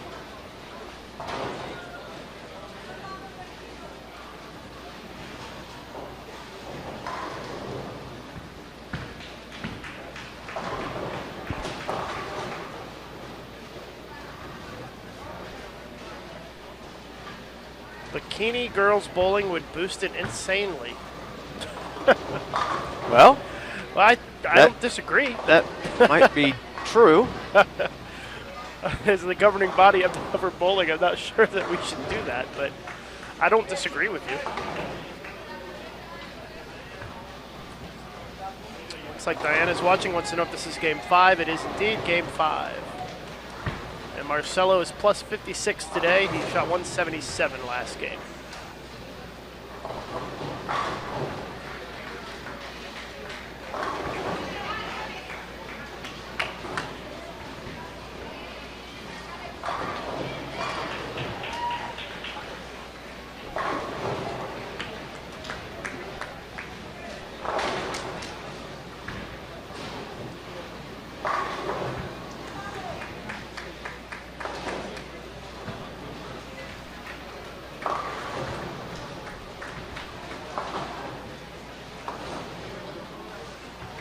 Marcelo really struggling, just left a 3.69.10.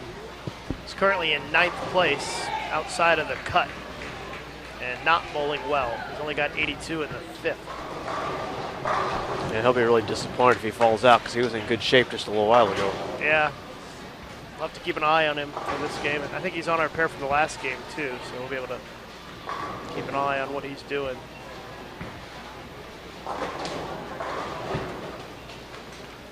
This is game number 5.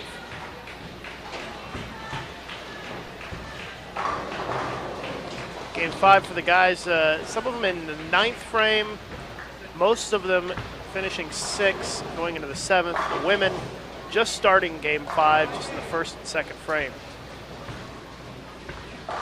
So might be a couple of minutes before we get updated scores on the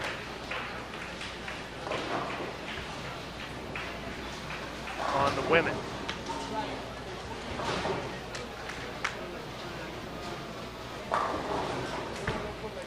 Question about how Reina's doing from Costa Rica. He's sitting in 17th last score update. Yeah, I don't think he's going to make the cut. A long ways to go to get there.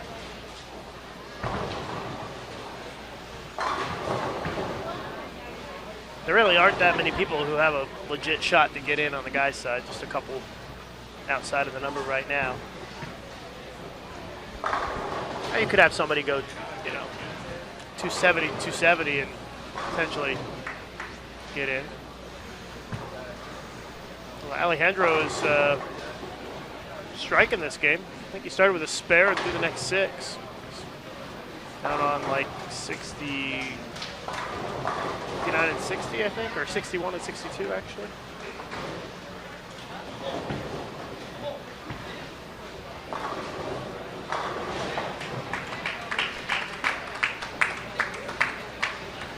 Marcelo on the long, leaves a 9 pin. She makes a pretty good shot, does not get rewarded for it, and he looks a little angry.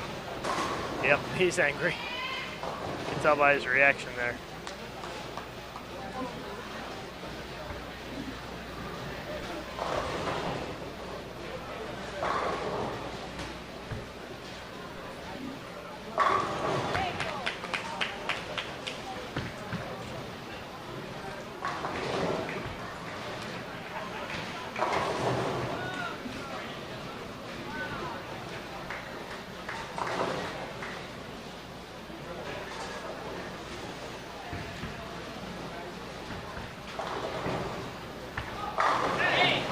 Steve Smith just left the 7-10 split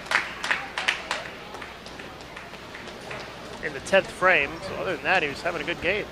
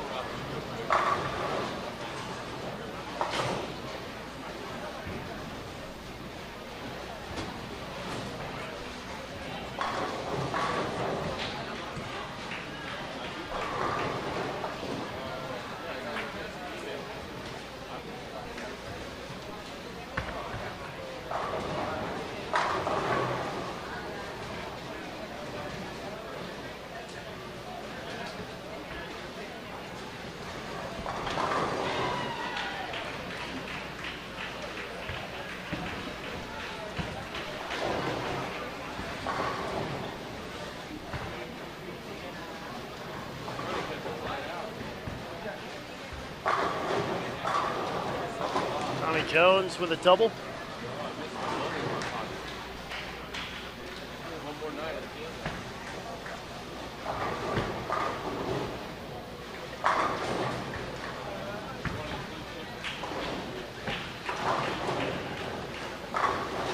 Marcelo's stepping up again. Let's see if he can get back on track. And nope, 3-6-10 this time on the short. Well, you can tell he's really frustrated out there. He's starting to press a little bit.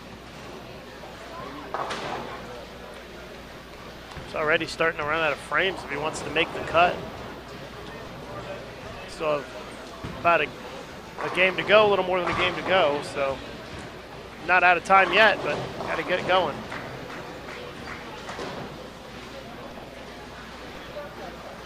By the way, Steve Smith shot 221.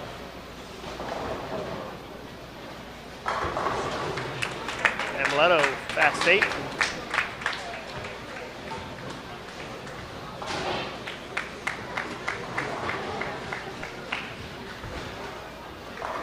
Leto's 158 over today. Unfortunately, he finished too far back coming into the day and not going to be able to make up enough ground to make the cut.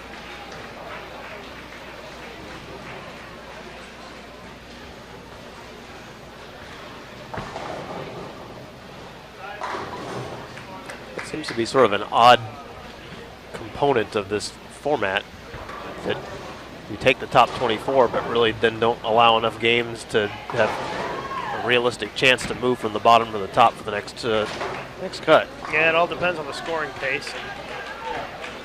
I think that'll be less of an issue at the World Championships, just because you have more overall good bowlers, but it still is an issue for sure.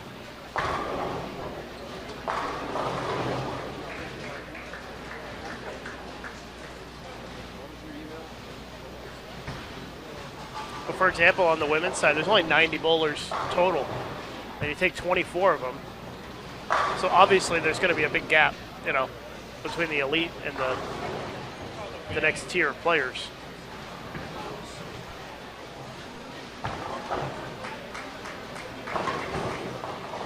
George Lambert, 203. Looks like the women's standings are updated after game 28, finally. Should be able to show you the women's standings in just a moment. I shouldn't say finally, they're only 3 games into game 5, so Stevens getting them done real quick today. It's much appreciated.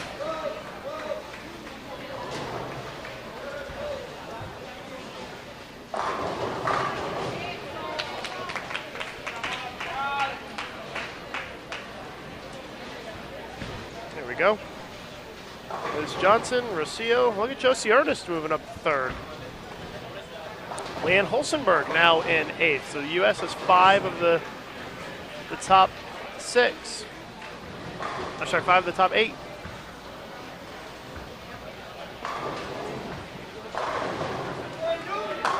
Still going to be close, though, at the cut number for the women. There's probably 5 people outside of the cut that still have a shot to make it in for the women. See Marcelo sitting there on the right below the bubble in 9th.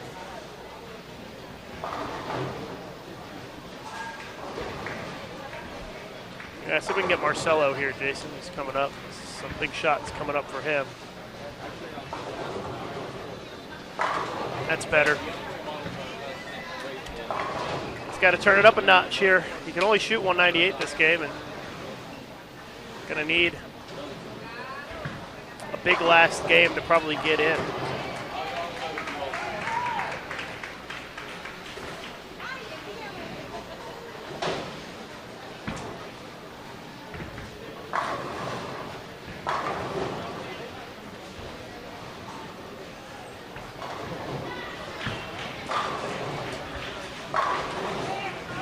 You missed the fireworks this morning, Jason, when you were at breakfast in the chat. Oh, yeah? Some guy named Dave came on and said that the lanes were too easy, and why would they put out such easy lane conditions for this tournament like this? So I laid down the challenge. I said, Dave, come out and bowl the Team USA trials, and then you can tell us they're easy after you bowl team trials. See if he actually shows up. I'm not so sure we're going to see him. His response was, you were dumb. Oh. Witty retort. Yes. I have a feeling we're not. Touche. I have a feeling we're not going to see Dave at the Team USA trials. Although I hope we do, because it can probably be an eye-opening experience for a lot of folks who think that this is easy. Yeah. Not only is it not easy, they're bowling on 2 different patterns today, folks, and they're still throwing strikes. Yeah, I always enjoy the people that inevitably there's always somebody that thinks that it's easy and then will do something like go bowl the PBA World Series and see their name at the bottom 5. Exactly.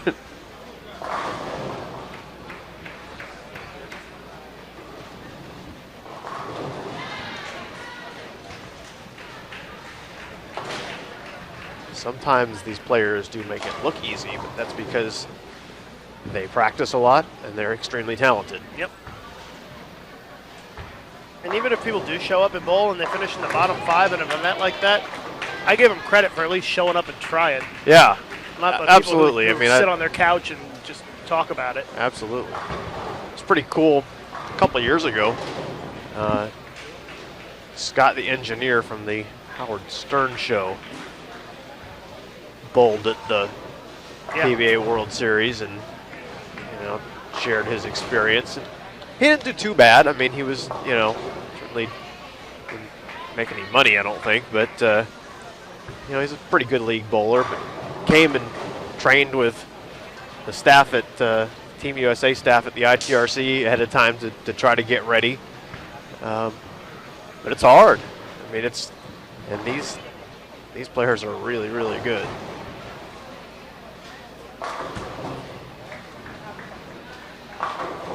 Well, we'll see if he makes it out to the team trials. Lucas and I average 200 in league, but we would be left in the dust so badly out here with this field. It wouldn't even would be humiliated. I'm like 212 to 215 on a house shot and about 190 or so on a sport shot. So it's a huge difference. I don't think that we would embarrass ourselves, but we definitely would not have any chance to win anything. Yeah, it's I mean, it took over a 200 average to make the cut into the Masters. If people that don't regularly bowl on sport shots have a hard time appreciating it, it's sort of too bad that I know there are a lot more folks that would probably like to have the opportunity to try a sport shot, but it's not always offered in all parts of the country, or maybe all parts of the world for that matter. But yeah, it took 213 to make it on the men's side to the top 24. Oh, Marcelo just slapped the 2-pin from behind for the strike on the fill, but 178 for Marcelo is going to put him in some trouble heading into the last game. Back-to-back 170s, and that's not good for Palo de Agua. He's going to have to probably shoot about 300 in the last game to really have a chance to get in.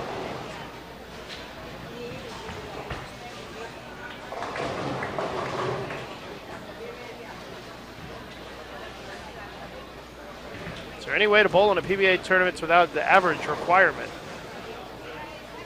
I got to be honest with you. I think the PBA will take your money if you want to bowl a tournament.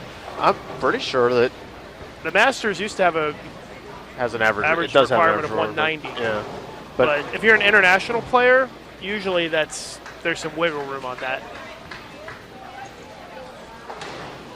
Because not all international players have, obviously, averages that we would recognize.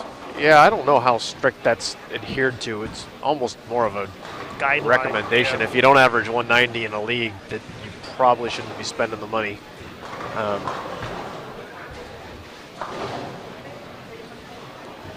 No average requirement to bowl the Team USA trials, though. No? Come out and bowl that. If you're a U.S. citizen, of course.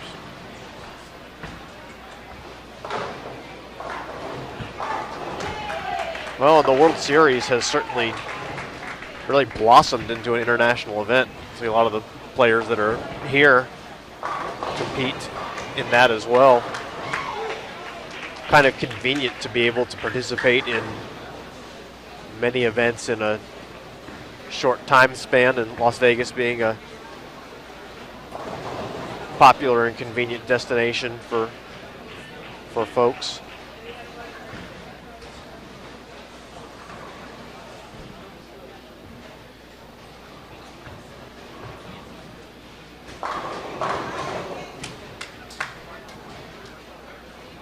See if we won't have an update for a couple of more minutes here on the men's side. They just finished the last shot of Game 5.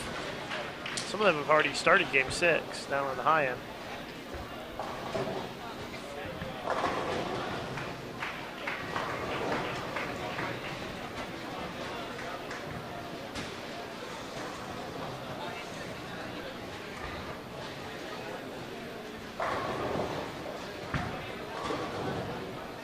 It's 11 o'clock here in Vegas. The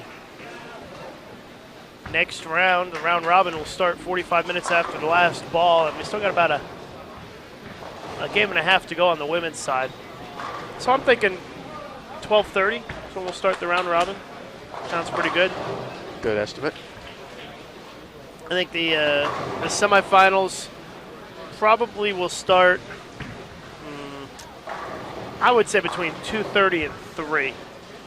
And it'll go pretty fast, the semifinals and finals. It's only one-game matches.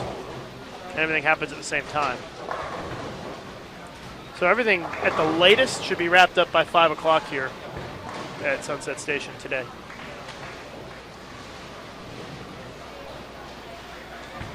Ashton says, I love my WTBA Junior League. It's great. Glad to see that junior bowlers are excited about bowling on these patterns. Absolutely. Learn a lot. Last 3 years, I averaged 215 in league and 192 in sport. That's pretty similar to me, actually. Well, it's really important for junior bowlers too, because if you once you get to the junior gold championships, you're going to be on the tougher patterns, and you're going to need to be able to be familiar with it if you bowl in college as well. W. Fisher wants to know what PABCON actually stands for. It's the Pan American Bowling Confederation. Essentially a fancy name, a fancy way of saying the American Zone. North and South American countries. And Central. That's it. And the Caribbean. Well, Central. But yes, anything in the Western Hemisphere pretty much. And we claim Bermuda as well, in the American Zone, even though they're kind of halfway between us and Europe, I think. Well, it might not be quite halfway. Probably closer to us. Bermuda's got some good bowlers. Too bad they're not here this week. It's expensive, though. And I was thinking about why we aren't seeing some of the other countries that we sometimes see here. And I wondered if it's because it's an Olympic year and maybe budgets are tight from sending all the athletes to the Olympics. I don't know. It's the only thing I could think of. Possible. Marcelo started with a strike, or a spare and a strike, I should say.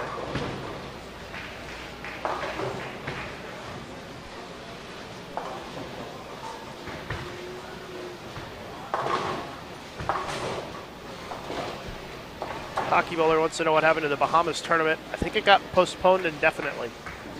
I don't think it's, I don't know that it's coming back.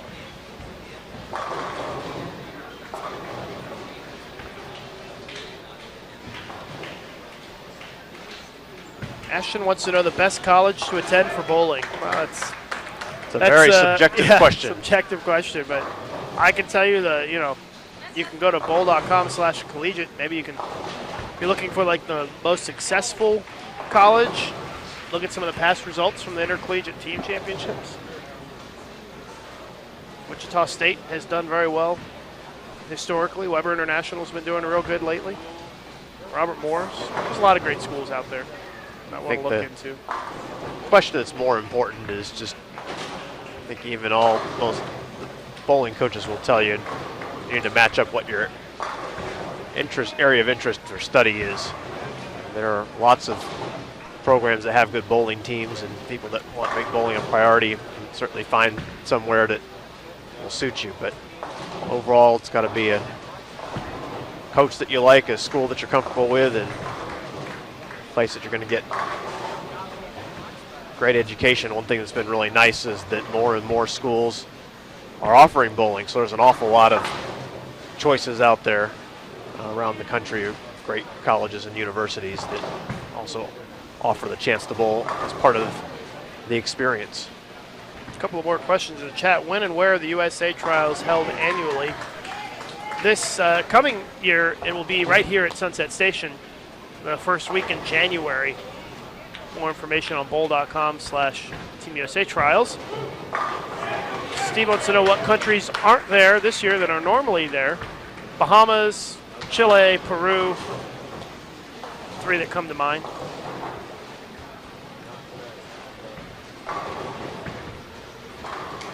Daniel wants to know, Lucas, what do y'all know about the La Raza tournament in Costa Rica? I know that a lot of people go down there and have a good time and party every night and bowl during the day. Other than that, sounds like something to add to the schedule. Other than that, I don't know much about it. But I know a lot of U.S. bowlers go down and bowl it. It's pretty popular.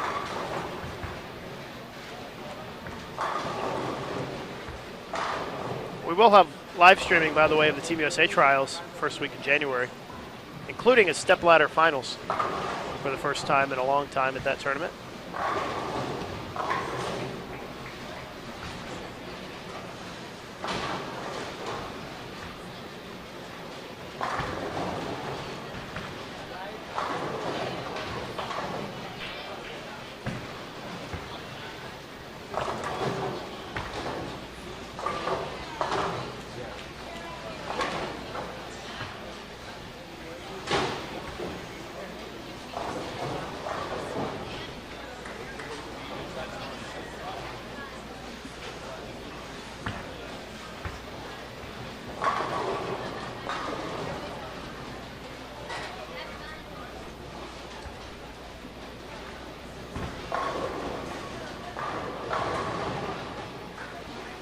Women are still finishing game 5. They're in the 8th frame.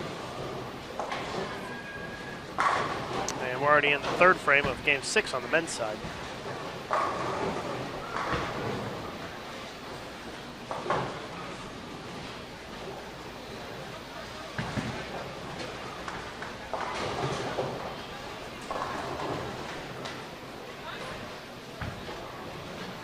Diana's yelling at us in the chat to show Marcelo. Well, he's not going to make it, unfortunately, into the next round. Don't have an update yet, but back-to-back 170s, and he's only plus 34 today, so he is very likely not going to make the next cut. He's spare, strike, spare so far this game, but we'll try to get him on for the next frame for you, Diana.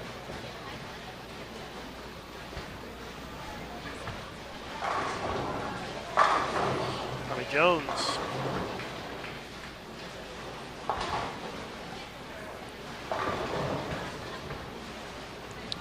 There's Marcelo up on the long pattern, playing very deep.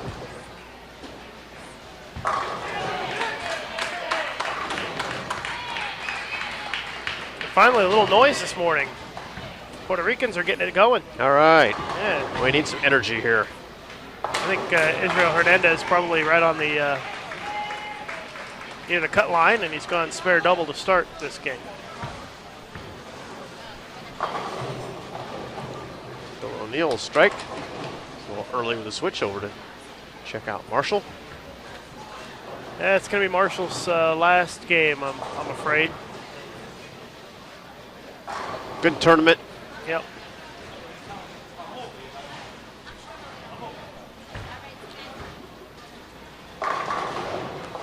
Question in the chat, is there a prize fund for bowlers in this competition? No.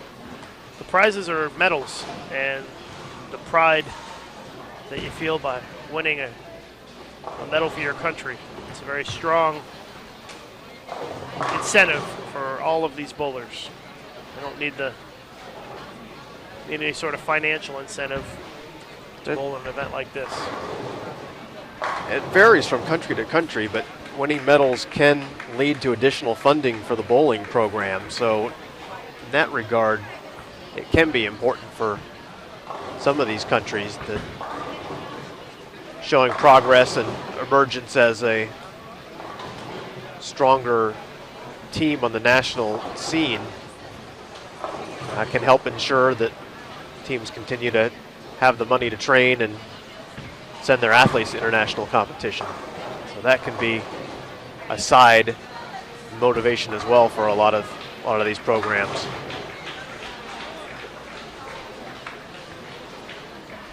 Very fortunate in the United States to have USBC membership help support Team USA. So it's never an issue of having the funds to send athletes from the United States to competitions, but in some countries it's not quite the same certainty. Hernandez with another strike. 3 in a row.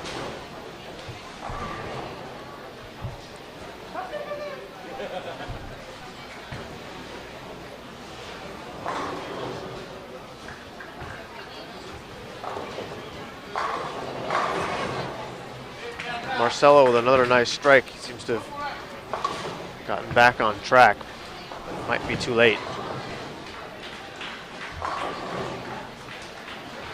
Have to wait and see. Don't have updated standings yet. Still waiting on them to come in for the guys.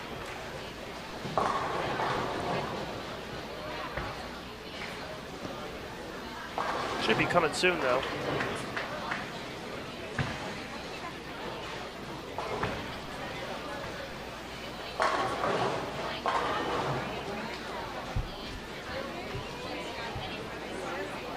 Someone asking how Patrick Allen is doing this game, and it looks like he's doing all right. Well, he just opened, so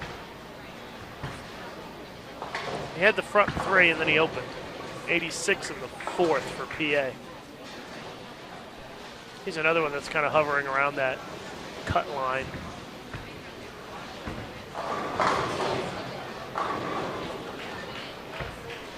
Patrick shot over 200 last game. Can't read exactly what it is, but he certainly jumped ahead of Marcelo. Patrick was in 10th, I believe, coming into game number 5.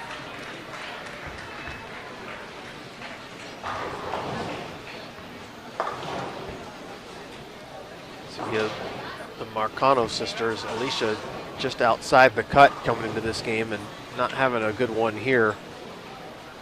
Can only strike out for 180 now, up in the 10th. Yeah, and Leanne Holsenberg only shot 191. She was right at the number 2.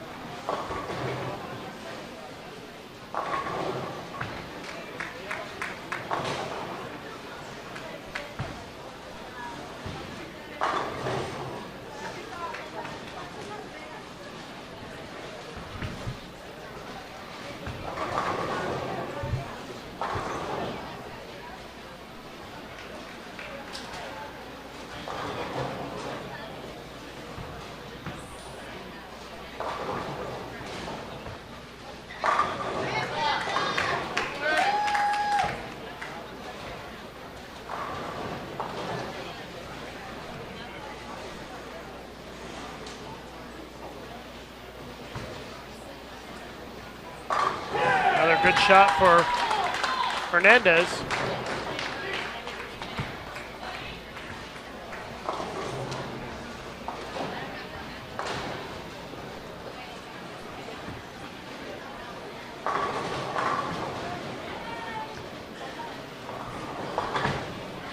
Someone asking how John Janowitz is doing.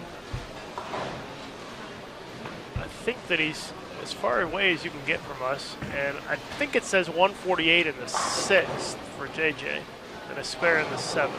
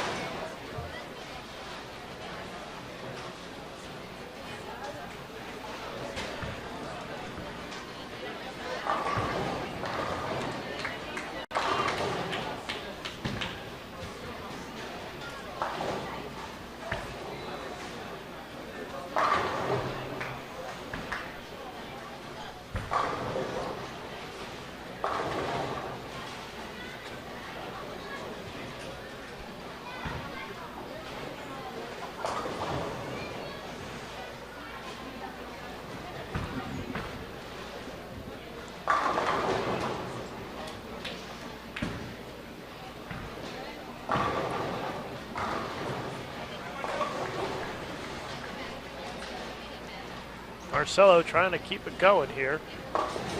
Washout that will all but end his hopes of making it, it seems. I think if he would have had one big final game, he could have potentially made it, but that makes it a lot harder leaving that washout. We don't have updated standings yet, so I can't tell you for sure what the situation is for Marcelo, but it doesn't look good.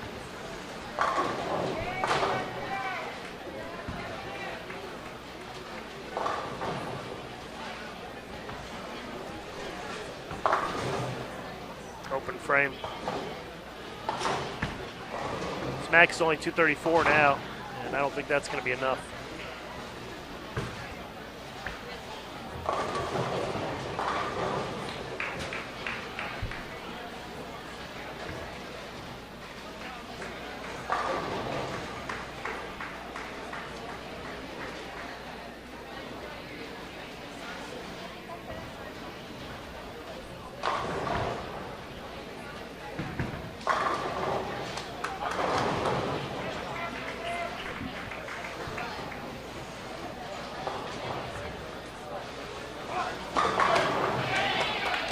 Another strike for Hernandez. I think he's locked up his spot in the top 8, which guarantees we'll hear some cheers in the next round.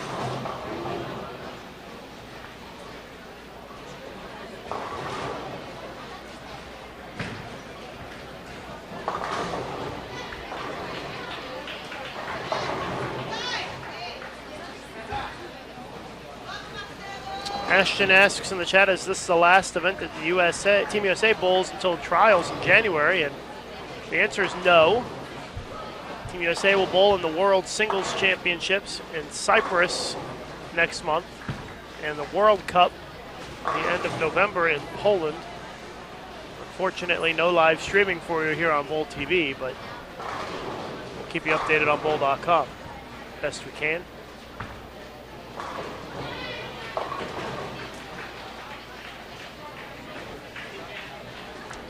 I believe that the men's standings are updated after 29, Jason, if we want to zoom in on the scroller here. It should be coming up in a minute. I caught the tail end of it. It looked like it had been updated.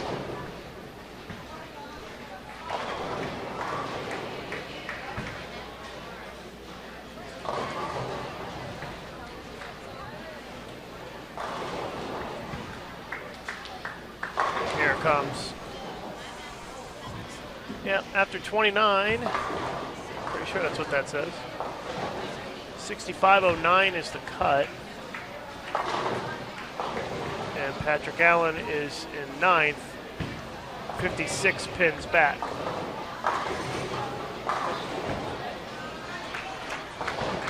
So I don't know that there's really going to be much movement there this game. Dan McClellan's bowling a good game. Israel Hernandez is bowling a good game. And those were the two that were in 7th and 8th, so I don't think we'll see a whole lot of drama here.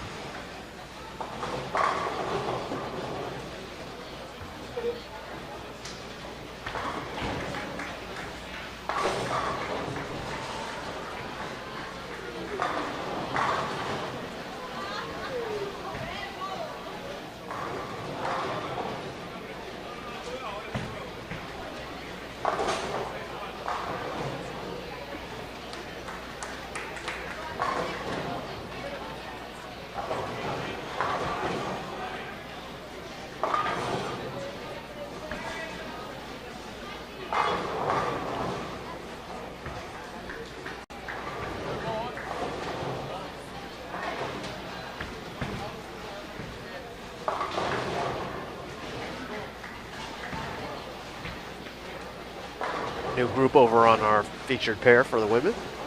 Leanne Last game, Holstenberg, yeah. Rocio Restrepo, Nishka Cardona. Neshka. Don't, you'll get yelled at. Okay. Her mom will come and tell you how it's said. Oh, well, good. Thank you for saving me from that. That's okay. You didn't do as bad as I did. I called her Nikisha once. So that was really bad. I think that's why I got yelled at. Liz Johnson also on that pair. Oh, off balance there for Rowe on that one. She's got some tape on her legs. I guess. I don't know what that stuff does. Helps out the muscles or something. Sure, loosens things up. I don't know. I see a lot of people doing it these days, though. Should ask Nick. Yeah, I'm sure Nick would know. Nick Bohannon, the trainer for Team USA. A wealth of knowledge when it comes to bowling-related exercises and physiology. He's kind of developing his own little niche as the bowling kinesiology guru. Someone asking how Steve Smith is doing this game. And Steve, I think, can shoot 215 or 225. He just struck first shot in the 10th. It looks like his max is 225, so he's safe. Starboy says, hey Lucas, I heard team trials' format is different than last year. Can you elaborate on that more? It's not much different. It's been an extra day of qualifying added, so it's more games, and then there's going to be a step ladder for the top 3 men and top 3 women at the end. That's pretty much the only changes. It was a little bit different last year, going to a points total as opposed to total pinfall. Yeah, and that's staying the same. So that's Right, not so that's anything the new more for this year.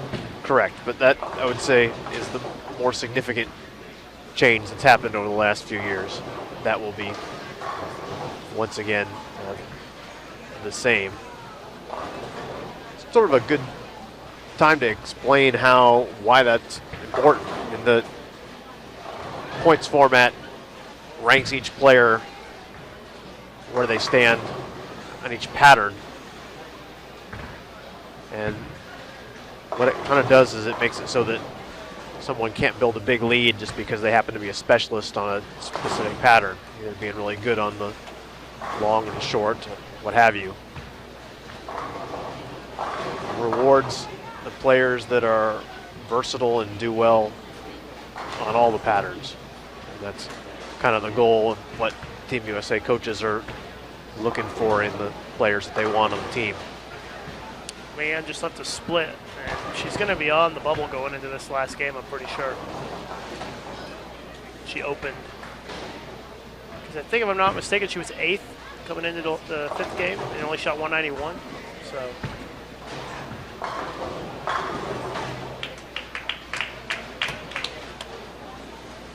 O'Neill shoots 258 the final game.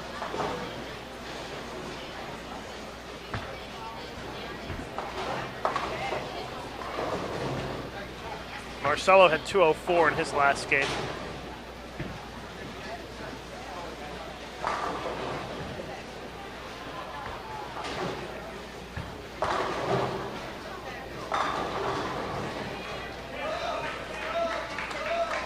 I don't think there's going to be any movement here in this last game for the men. I think the top 8 is pretty much determined. I don't see anything that would give me any reason to think that anybody's going to move into the top 8 that wasn't already there. And nobody's going to drop out that wasn't there already.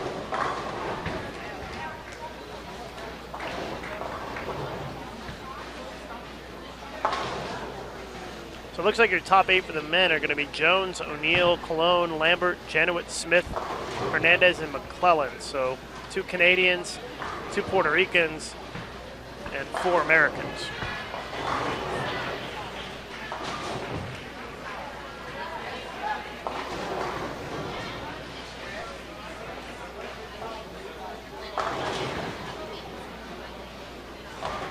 Still waiting for the women's update after 29.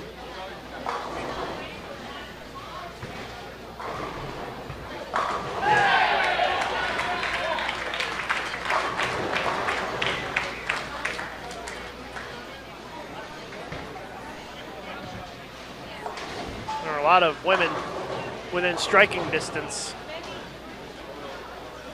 of making the cut, so that will be a little bit closer.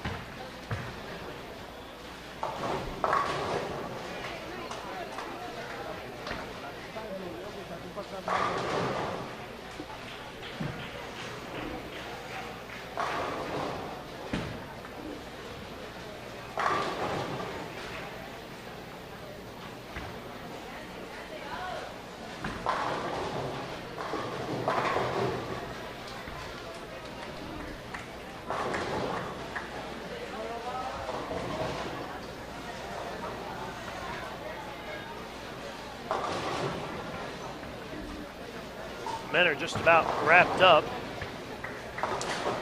with their 6-game block this morning. And we already know the top 8 who are going to make the cut. Women's side still to be determined as they are in the 4th frame of the final game, and the scores are updated on the website, Jason, or I mean on our scroller here. Shannon Plahowski now the cut. She must have bowled a bad game last time around, and it's real tight heading down the stretch. Get you a look at the scores in just a moment.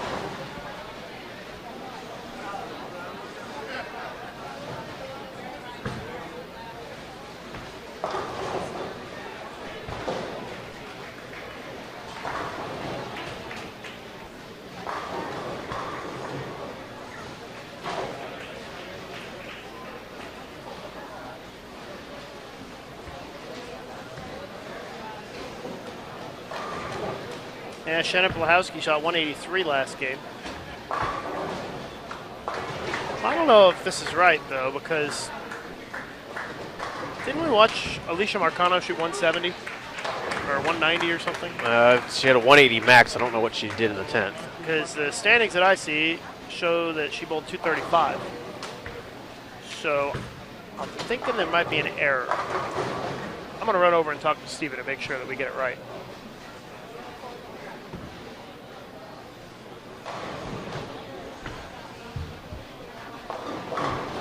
Yeah, better to find that out early rather than late. If there was a miskey somewhere, someone typed in something wrong on the standings.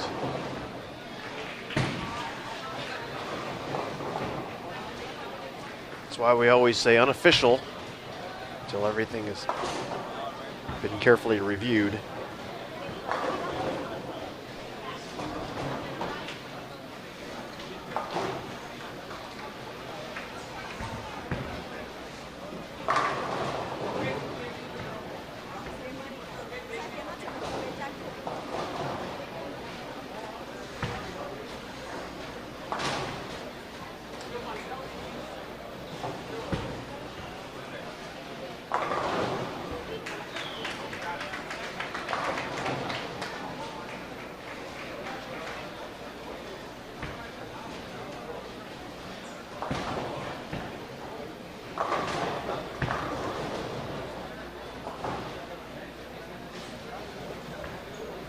So as Lucas mentioned, the men wrapping things up.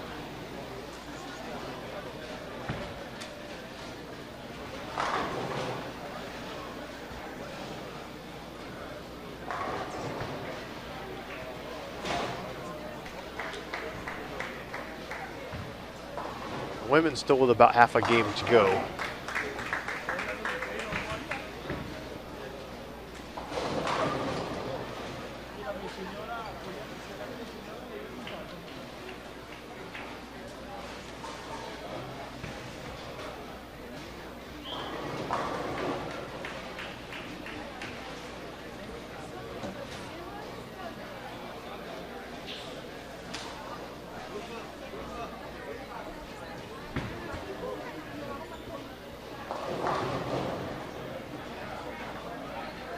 Men all set.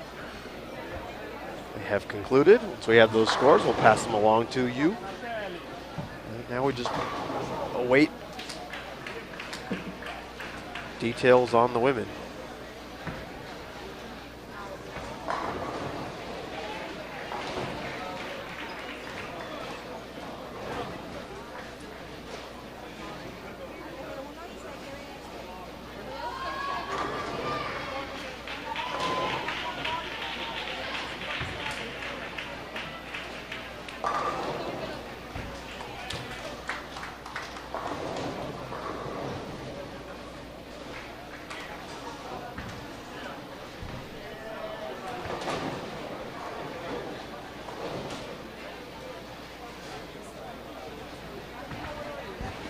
Yeah, Alicia shot 180, so that's going to drop her score by 55 pins from what's on the board up there. And that'll move Shannon Plahowski up to 7th, Leanne up to 8th, and Lily from Mexico up to 9th, and Alicia will go down to 10th, I believe. What happened is Stephanie Martins, who's bowling with Alicia, shot 235, and so it got put in as 235 for both Alicia and Stephanie. So that's where the mistake came from. But I think he's going to work on getting it fixed. I think I was about the fourth person over there, so I think everybody was on top of it. That's one thing when you cut down to just a few players, it makes it easy to catch a miskey pretty fast.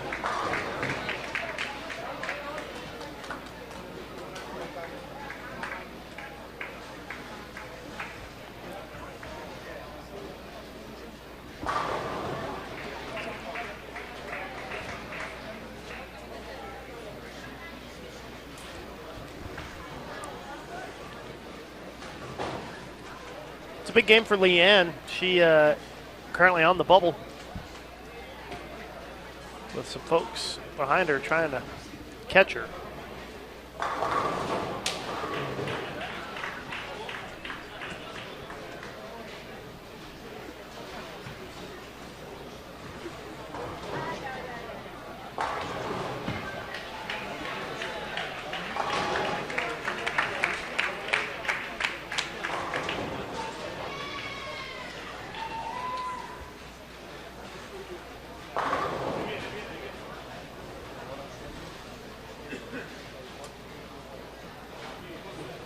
So I have to keep an eye on Leanne, see how she finishes out here.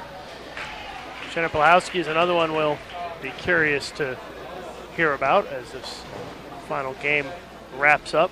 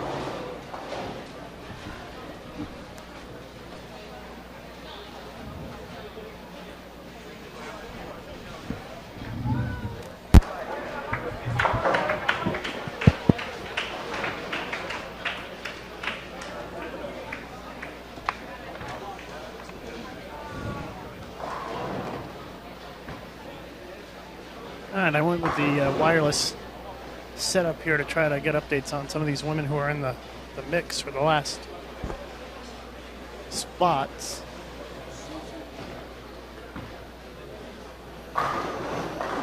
Well, Lily Roble from Mexico, who is on the outside looking in, is the big game.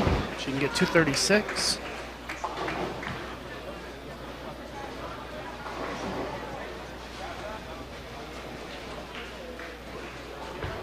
Maria Jose Rodriguez, she's bowling a potential big game. She can shoot 279 this game. She was only 26 pins out of 8th. Shannon Pluhowski can shoot 265.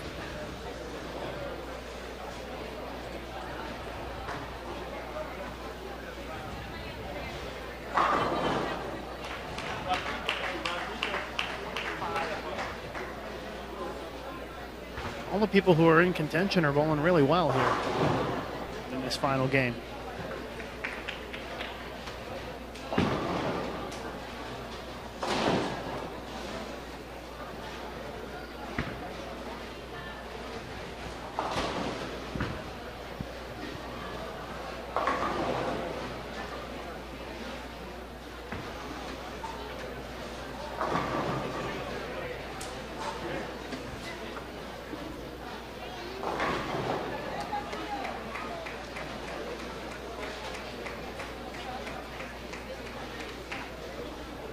Looks like Lily's going to be the first one to finish, and she'll shoot 215, which I don't think it's going to be enough.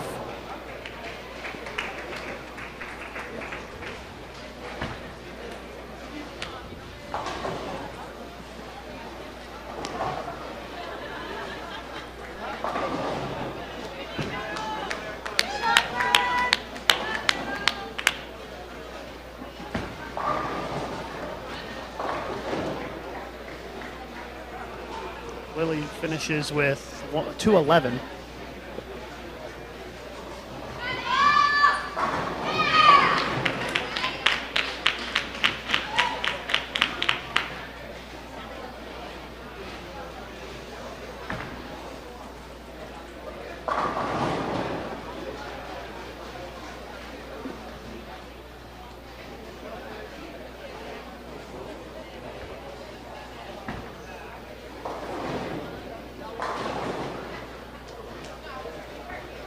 Alicia Marcano can shoot 259 this game with 2 frames left.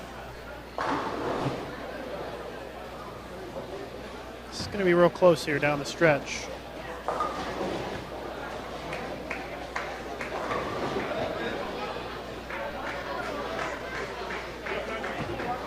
Maria Rodriguez just struck again, so she can still max at 279.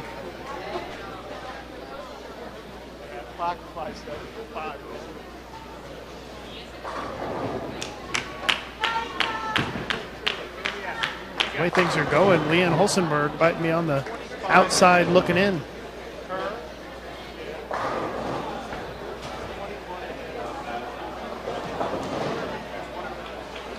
Well, Leanne's got a pretty decent game going. She can still shoot in the 230s.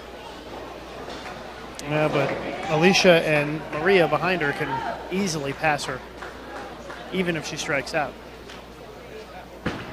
Alicia can shoot 259 and Maria can shoot 279.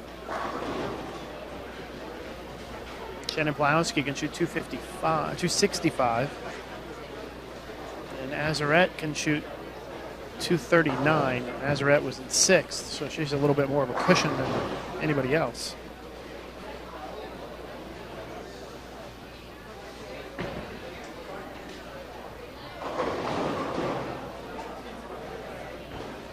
It's going to come down to who performs in the 10th, basically. I think Leanne needs a double to have any chance.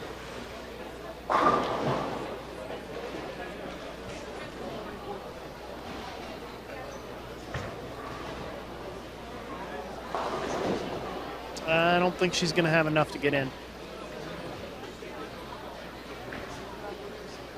She needed a double at some point. I mean, right there, the 9th and the 10th, to really get there. And Her max only 225 now, and that's not going to be enough, I don't think. I mean, you never know, depending on how it happens in the 10th here, but she's going to need some help.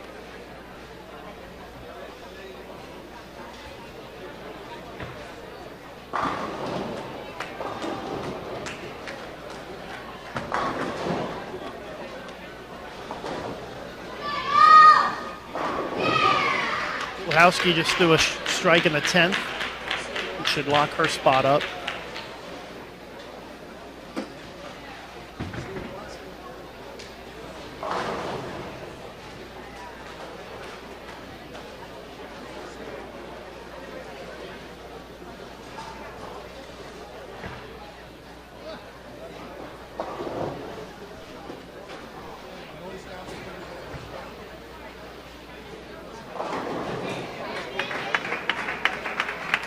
Alicia Marcano just struck in the 9th, and that's a big one for her. She can still get 259 this game.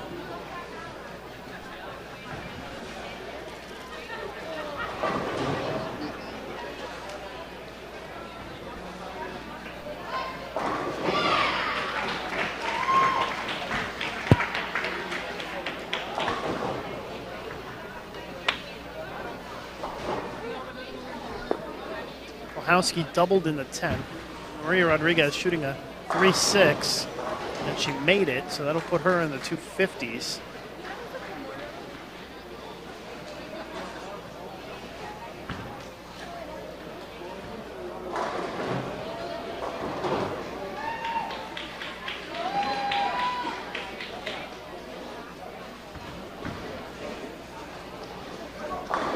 Shannon Blahowski 254.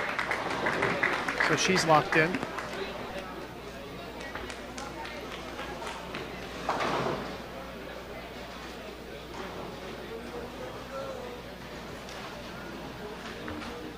Maria Rodriguez finishing up, shoots 256.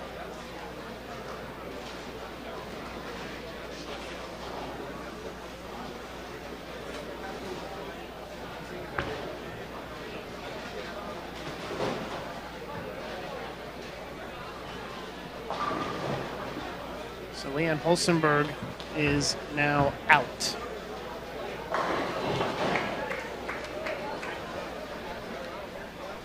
Leanne Holstenberg shut out. It's going to be either Maria Jose Rodriguez or Alicia Marcano getting the last spot, it appears.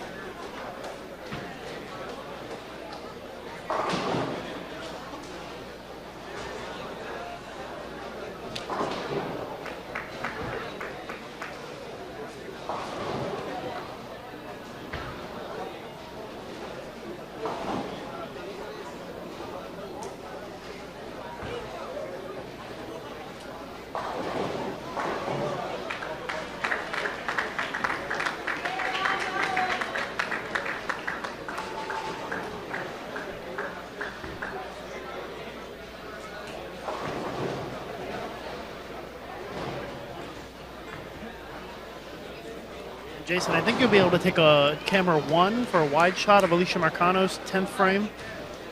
I think she needs a double to make it into the top 8.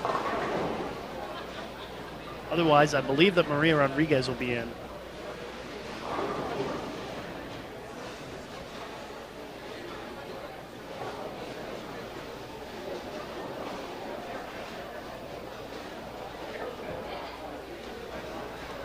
Yeah, Alicia needs 251 to time Rodriguez.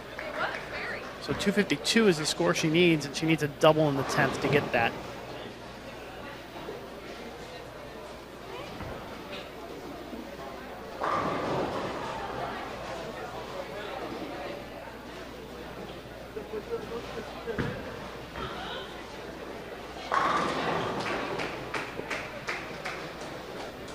So here she is. Alicia Marcano needs a double to make it into the top 8, if my math is right. Oh, wow. I think that crossed over. I couldn't see it from my angle, but she gets the first one. I think she knows, too, based on the reactions.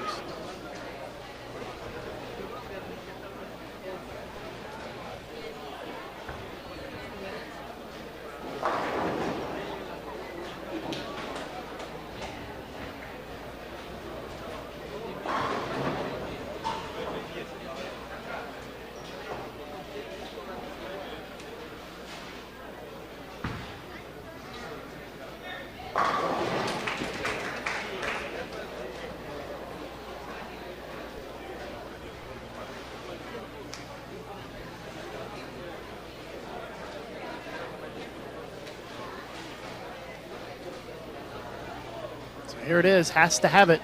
Or Maria Rodriguez, I believe, is in. It's going to go left. Leaves the 4-6, and I think she's out. And I believe that Maria Rodriguez is in. Of course, that's all unofficial, and we'll have to wait on the final scores to come in, but that's the way it looks.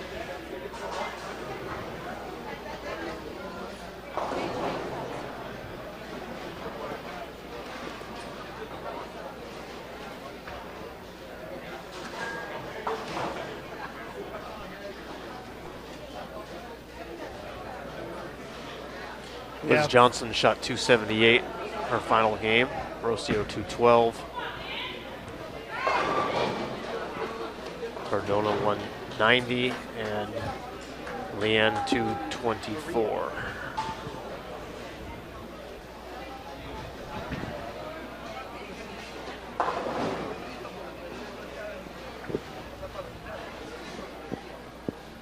Hulsenberg finishes 1 pin behind Marcano. And I think she'll finish 10th. Marcano should finish 9th.